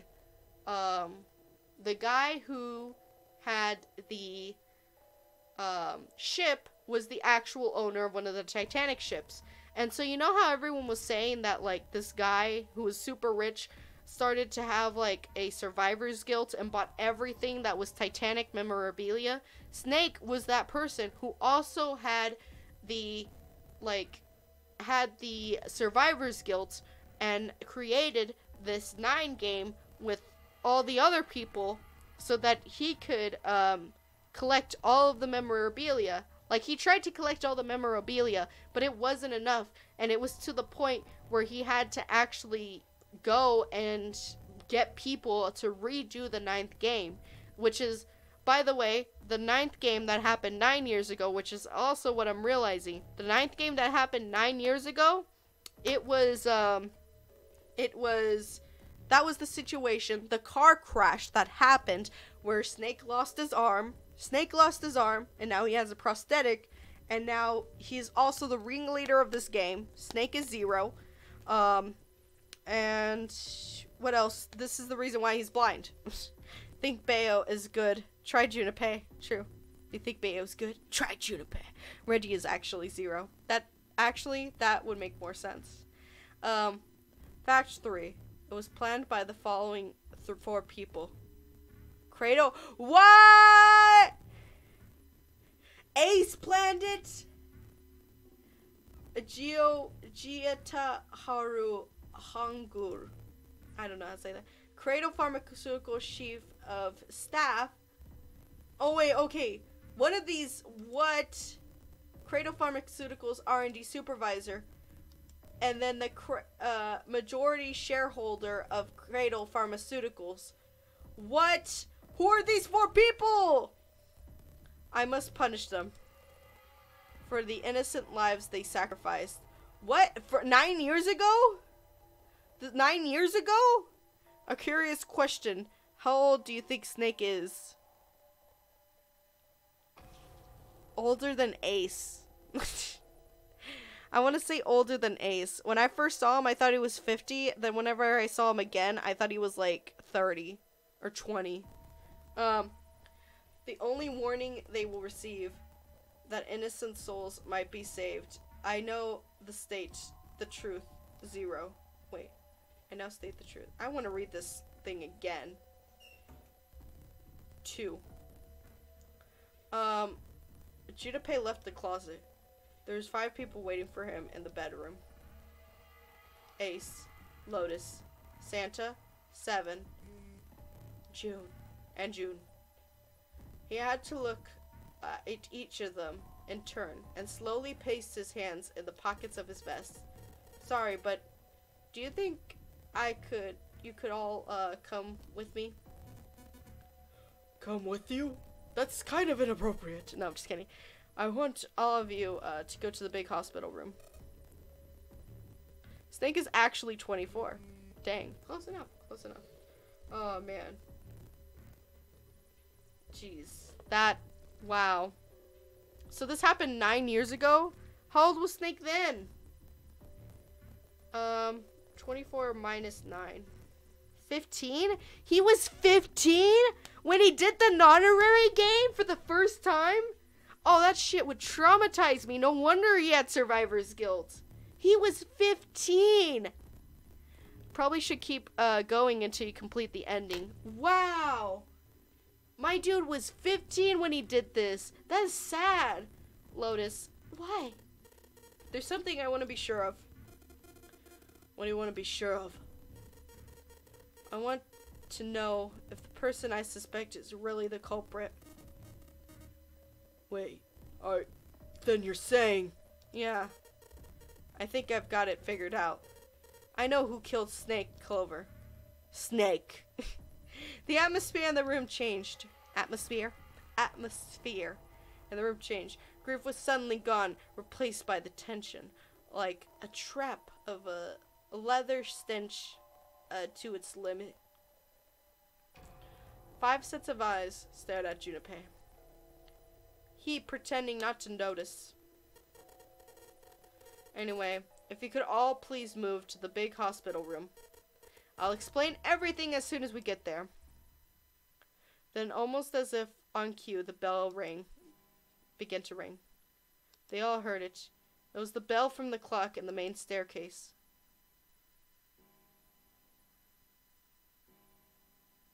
Dang. I don't really remember what exactly happens, where exactly it ends, but I know it's getting to the end. Damn. The bell rang 5 times, then ceased. It's 5 o'clock. They only had an hour left. We don't have a whole lot of time left. Let's go. Slowly, one by one, they followed Junpei out of the bedroom. I would be running. I'd be like, I want to know what's going on right now. You got an hour to explain, boy. Actually, before we get started, I was hoping you could do something for me. Junpei stopped in the front of the door 3 and turned around. A7 and Lotus, could you please place your palms on the red? Huh? Why? If we need to get to the shower room, why don't we just... No, we're not going inside. We're gonna authenticate, step away from the door. Once we authenticate, we step away from the door. Why? Please just do it. Or perhaps you don't want to know who killed Snake and Clover. Junpei's implication was clear that 7 understood perfectly. Oh my gosh. I felt like I goofed the sentence up, but I don't think I did. Junpei's final smash is him throwing you into a numbered door and making you explode. No! You see a door and it says 9 on it, and you just see you see 3 hands show up, and then they push all together. It's Junpei, June, and no, would it be these 3? Would it be like Ace, Snake, and Clover or something like that?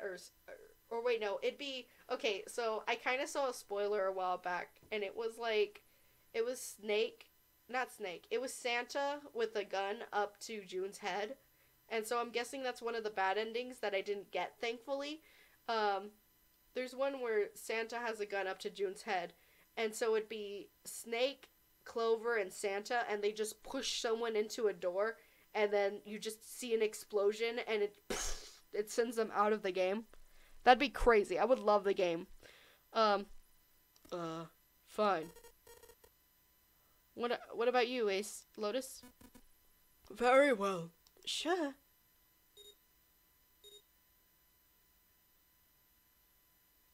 Eight plus 8 equals 16. 1 plus 6 equals... 1 plus 6 equals... 7? 1 plus 6 equals 7. Why is that trying to open door?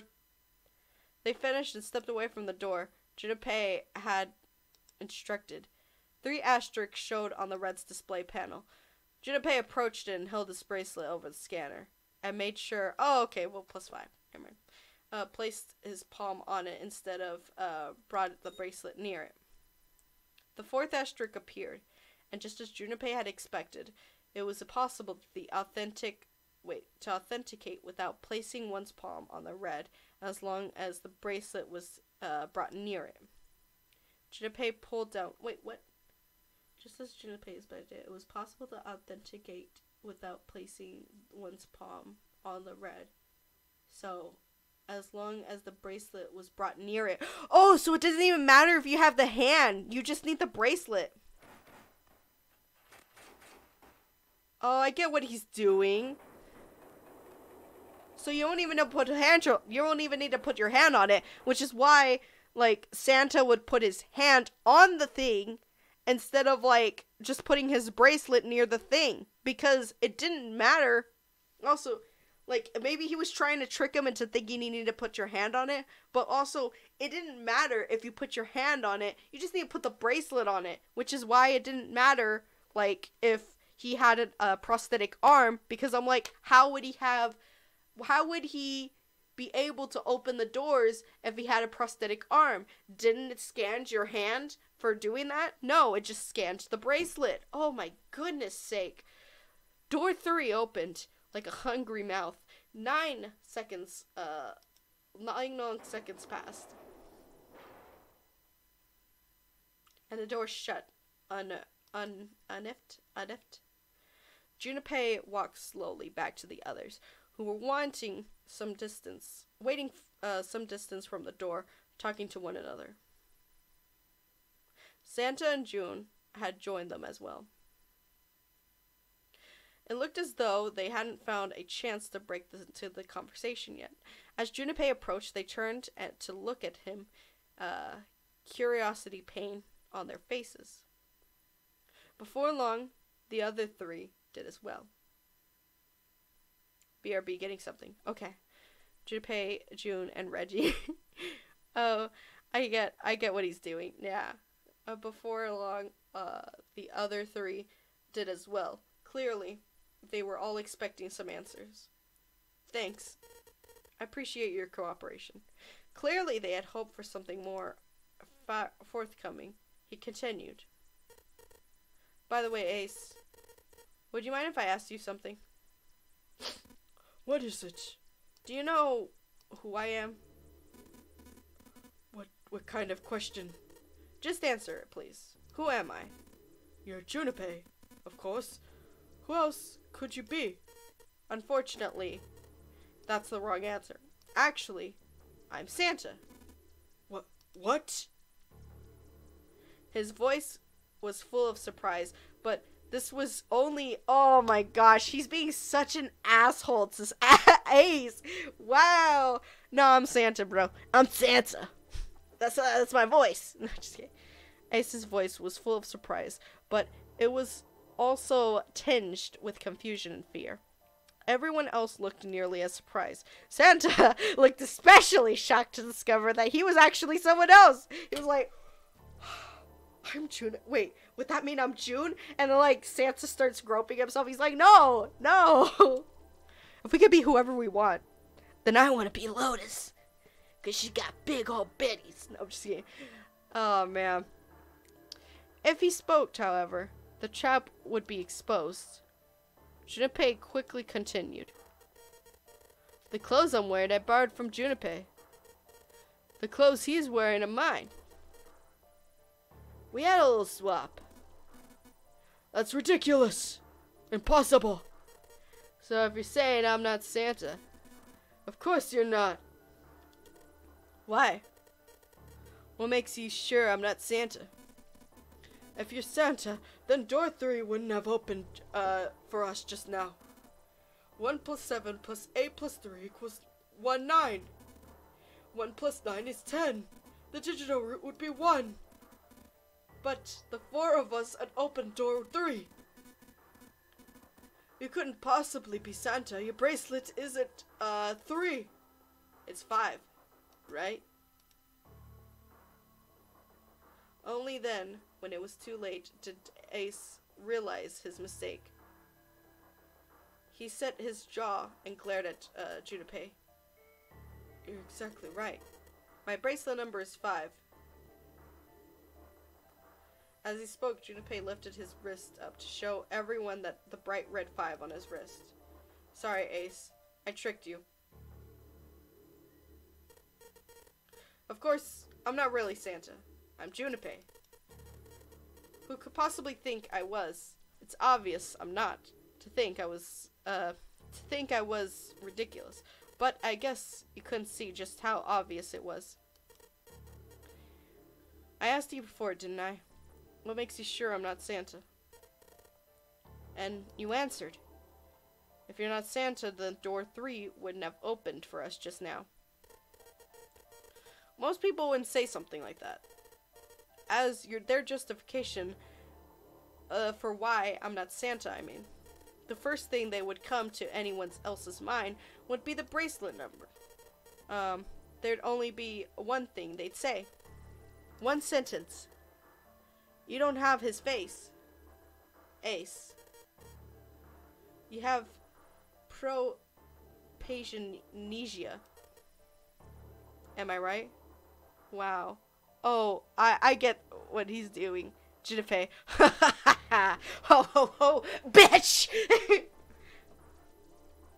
Junpei had 5 billion IQ now. Yeah, he went from like, Junpei went from someone who has like 5 IQ to someone who has like, he's like, I am the master. I am Alakazam. I have the highest IQ than anyone. I watched, while you guys were opening that door, I saw every single season and every single episode of Rick and Morty. You guys know by now that I have the highest IQ than anyone in this room. Especially you, Mr. CEO of a goddamn pharmaceutical company. Let me see. Jeez. Which is why, oh my god, which is why he wouldn't have, like, I don't think he would have known, Snake was in the original, or Snake was in the original, 999 game, because he can't remember his face. He can't remember his face. Oh my god. He probably reading minds. He really is. He's like, he's doing everything. He turned into every smart character in every anime. For reals. He went from puzzle solving virgin to an evil anime genius. Jeez. Wow. Oh man. Junpei's voice was quiet and calm. He knew the truth, so did Ace.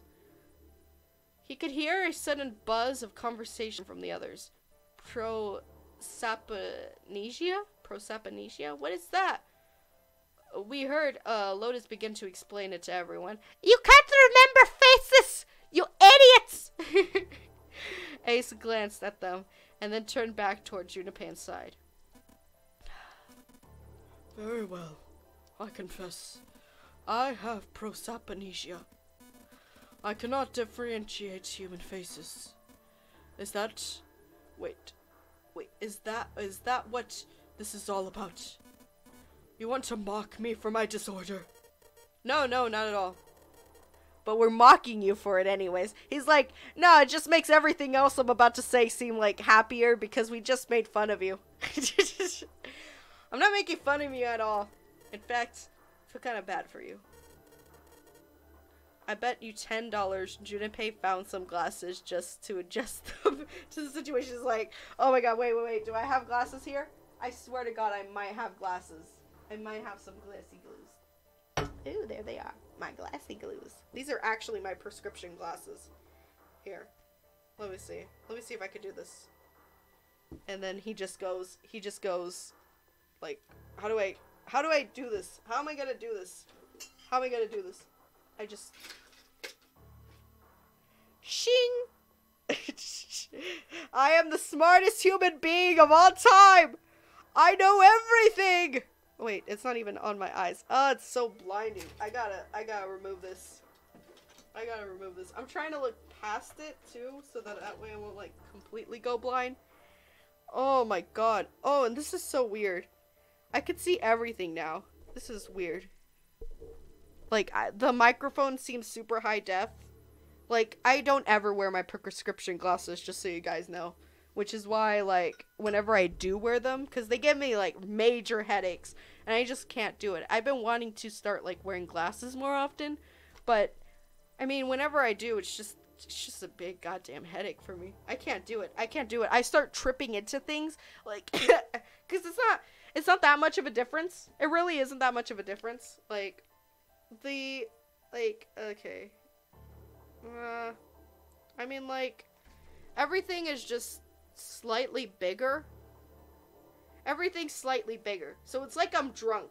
So if I try to pick up this remote, I'm like, oh, I gotta pick up this remote like this. Like, and whenever I try to go down, like, one time, I remember I was wearing my glasses, and I was wearing my glasses because I just recently got new glasses for school, and, I couldn't go up the stairs, or I was scared to go upstairs, in the school, because we had stairs, I was scared to go up and down the stairs because I was so close to tripping, like not being able to make the next step, because this is such like a weird difference from like what I see now to what I was seeing.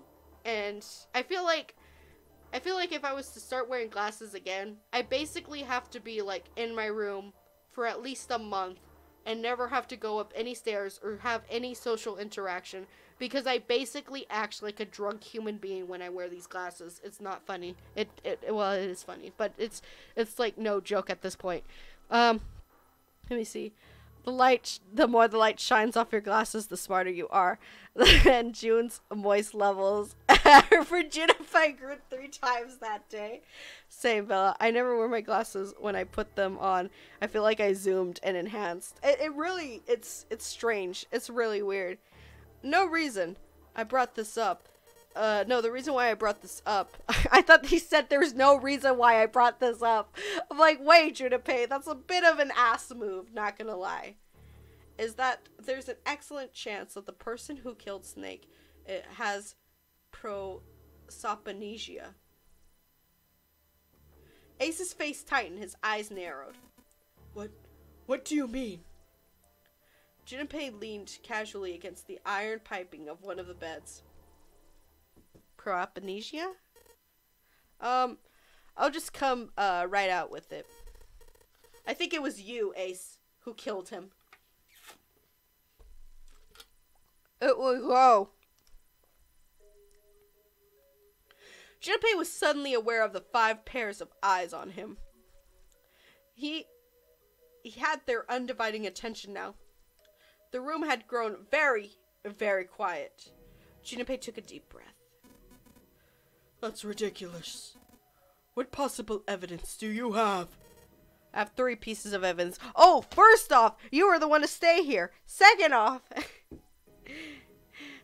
I'm just kidding. No, I don't know. First is, think back to a few hours ago. You made us argue over 3 doors here in the big hospital room. There was only 7. There was the only way all 7 could go through them, Lotus suggested, was that we sacrifice one of us. Lotus looked away awkwardly. Junpei glanced at her and continued. Then you, Ace, said, I'll stay here. Why would you say something like that? It's just pretty simple, really. You didn't want us to see the dead body in the shower room.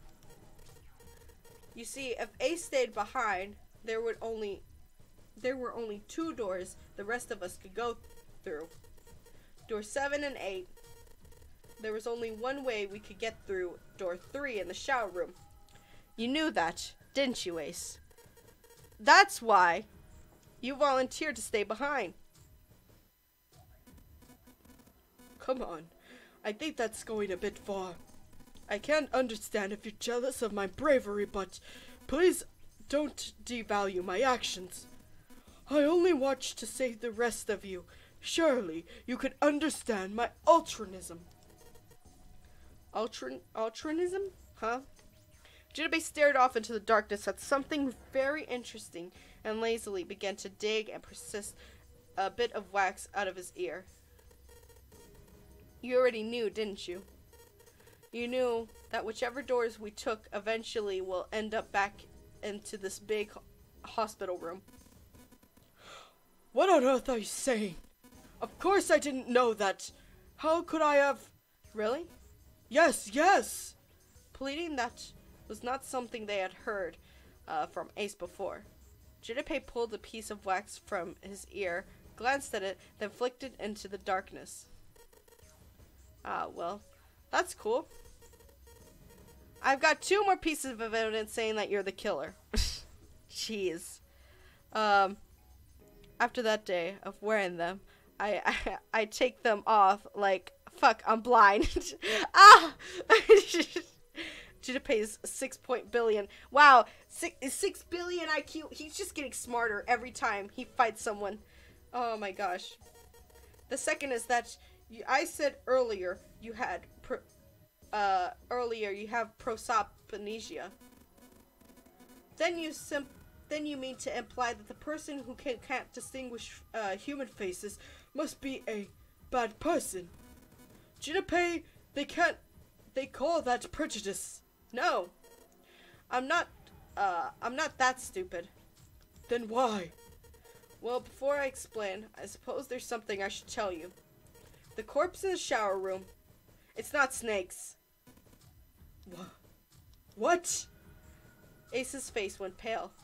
In other words, the others looked confused as well. If the body wasn't Snake's, I didn't put it together right away, but there was something Clover told me. She said that Snake's left arm was a prosthetic. He lost his real arm in an accident. Makoto, that's where you're wrong. Wait, wrong game. Makoto, oh, that's where you're wrong. What? Oh, wrong game. Phoenix, right? Oh, yeah. Oh, wait, wrong game. Everyone's like, they show up, like, it's like the Kool-Aid man after you say, like, 3 oh no's. Like, oh no, and then he comes in like, oh yeah!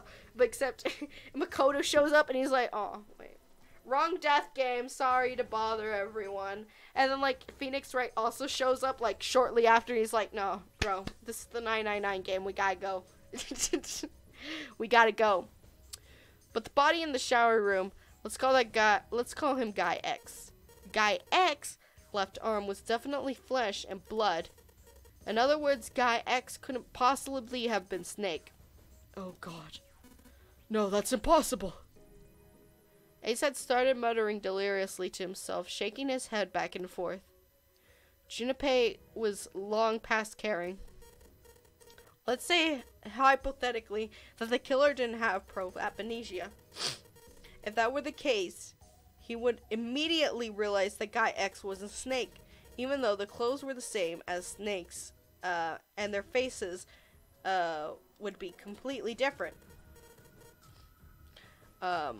It would have been obvious they were different people, and yet they still killed him.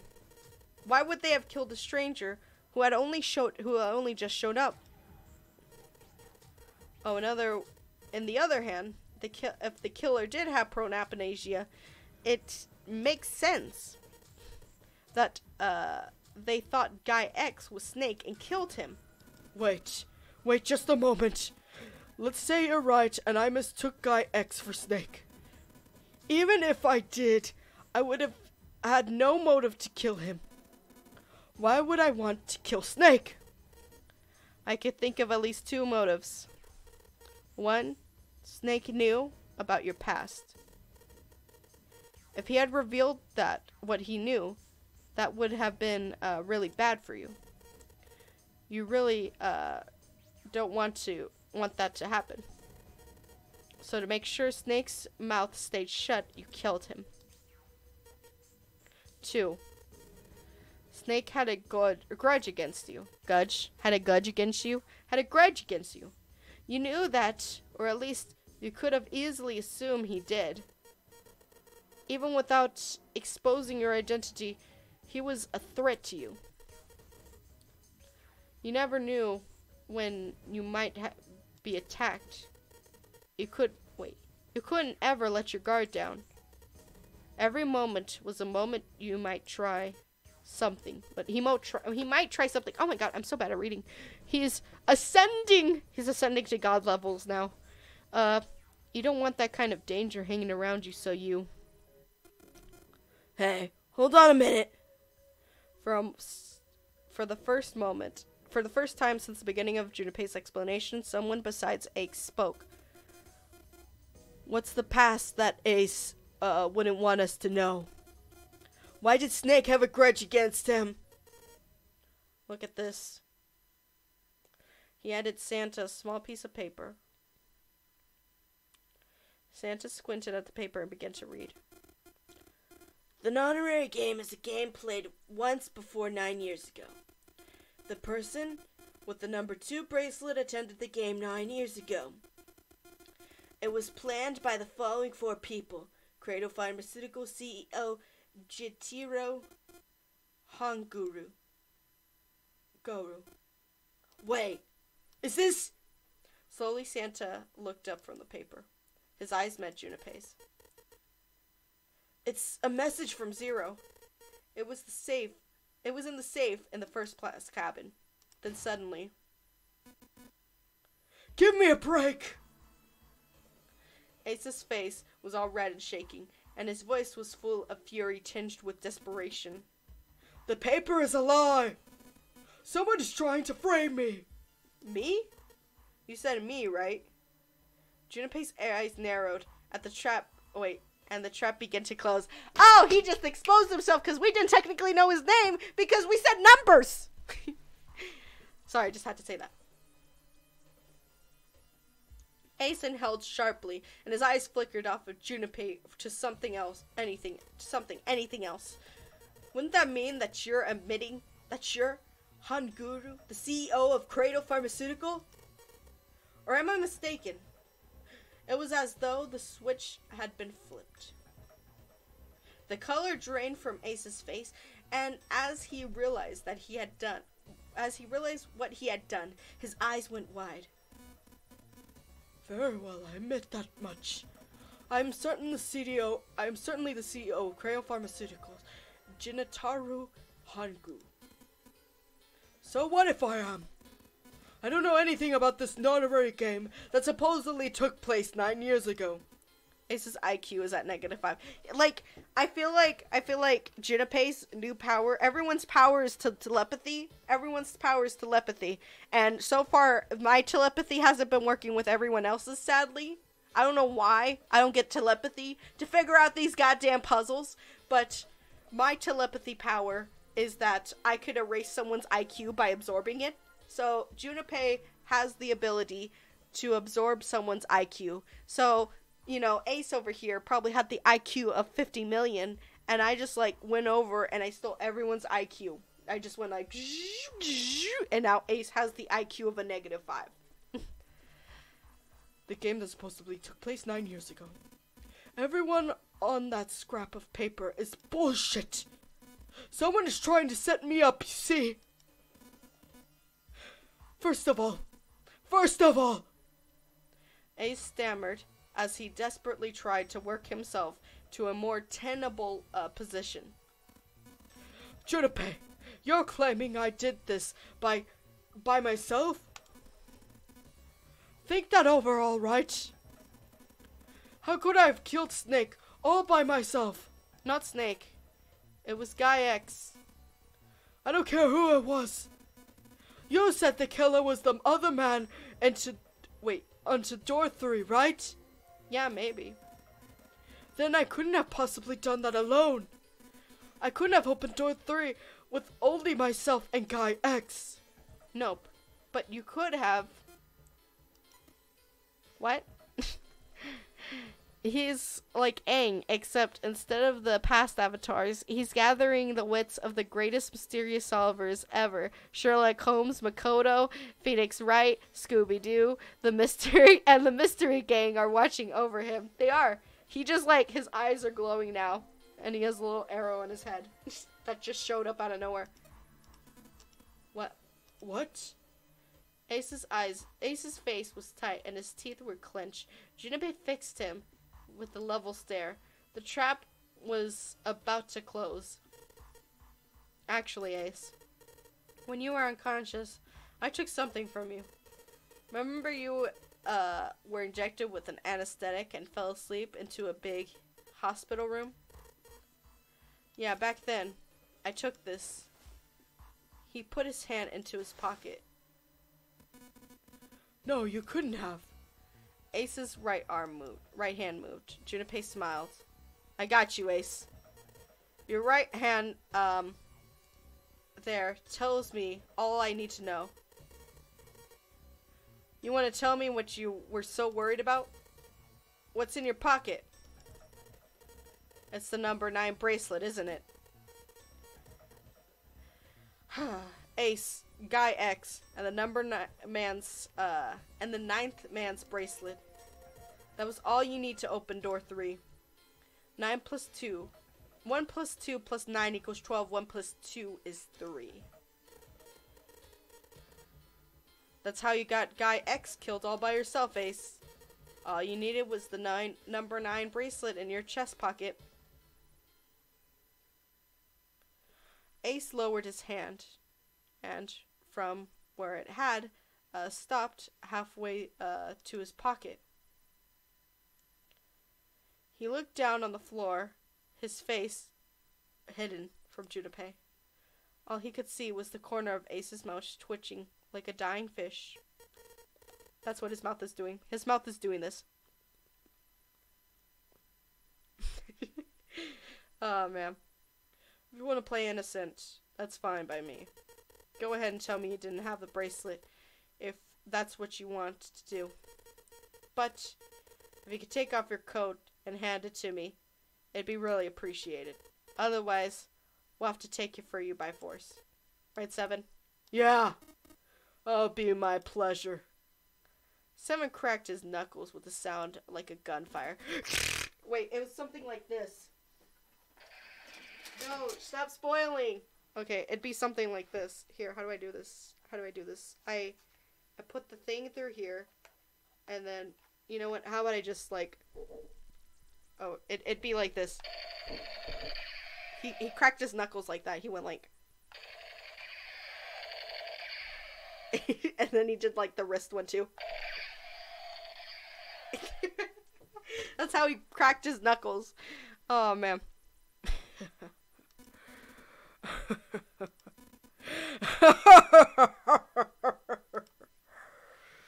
Ace roared with laughter. Okay, let me just check just to see if everything's working here on YouTube. Everything's working here on YouTube. Just to be sure. Okay, they're great. 7 has laser gun fingers. He does have laser gun fingers. Ace roared with laughter. He threw his, I thought it said anus, it says arms, wide and his head back, and laughter filled the room with the sound of that scarcely belonged there. Then stopped. His arms came down and his head dropped to look straight ahead at Junipero. OMG, the game read my mind. I imagined 7 cracking his knuckles and then he said that. Oh my god. What is this face? What? This is creepy. Imagine this in your goddamn dark closet. I know everyone has a dark closet, but imagine this face in your closet. This is scary. I would cry if I saw this in my room. That is not a good face. His face was flat and cold and devoid of any emotion. Well done, Junipero. Well done, Junipero. This is uncongratulated 9 and I am the number 9 bracelet. I retrieved it while I was searching for the missing hardware for the red. Ciao. That fuck. Can I make this my profile pic on, like, Instagram? I need to get this face. And make it my profile pic on Instagram. And just, like, be like, oh, yeah, only the sexiest of pictures here. And then I post a picture of Ace, except I Photoshop his head with, like a fuckboy body. And there you go. The most beautiful Instagram post. And then I put, like, some inspirational quote, man, all the faces I see, but none I remember. Something like that. All the faces I see, but none I remember. And then there you go. And it fits Ace so perfectly. There you go. Oh my gosh. I retrieved them while I was learning where the missing hardware for the red. I left the room. I somewhat. I'll stop using the robot voice. No, I'm just kidding. I left the room. I was supposed to search and head to the first let cabin on B deck. His voice showed no emotion, no sense of remorse or interest. It was almost bored, as though he were reciting an especially dull corporate letter. Oh, so maybe he is using the robot voice. We both know you can't keep the robot voice. Also, hi, Bacon. Hello, Bacon! Maybe I can keep up the robot voice. My birthday was to obtain the number 9 bracelet. 9 is the modern ally of the binary game. Adding 9 to any set of numbers Oh my god. won't alter the digital rule. 9 plus 1 equals 10. 1 plus 0 equals 1. Wait. Oh, jeez. Okay, you're right. Maybe I can't keep this up. 2 plus 9 equals 11. 1 plus 1 equals 2. 3 plus 9 equals 12. 1 plus 2 equals 3. Wow, I did not know that. I did not know that. Wow. As you can see, The 9 is a very useful number here. I don't know if this makes you run out of breath. It's really just an inhale. It's just a sharp inhale. Well, then I can go anywhere with anyone. So it's like I have to breathe out, and it's weird. Whenever I speak, you're so used to taking a deep breath in and then you speak the rest. But with this, you have to do the reverse, because you take a deep breath in the whole time, or you're breathing in the whole time, and then you have to remember to take a deep breath out. So it's like I'll sometimes, as I do the voice, I'll go and then I'm like, wait, no, I need to breathe out and go ha. I need to make that noise. Ha. With that, no one can go anywhere with anyone. So I made the first-class cabin to obtain it. Evening, human bacon. I imagine Atlas says it like that, evening, human bacon. I successfully acquired the number 9 bracelet. He also found an unexpected bonus, the knife the 9th man had been holding. He slipped both of them onto his chest pocket and left as quickly as he came. He walked down the stairs and headed back to where he was supposed to be. And that was when he met Guy X and mistook him for Snake. Snake was on his way to the large hospital room and had not noticed Ace behind him. Ace made sure of it to stay that way.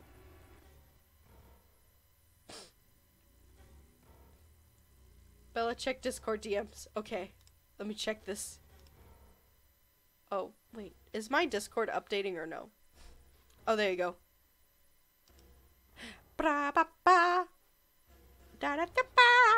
Can we just have profile picture of all of our characters just Oh my god, yes!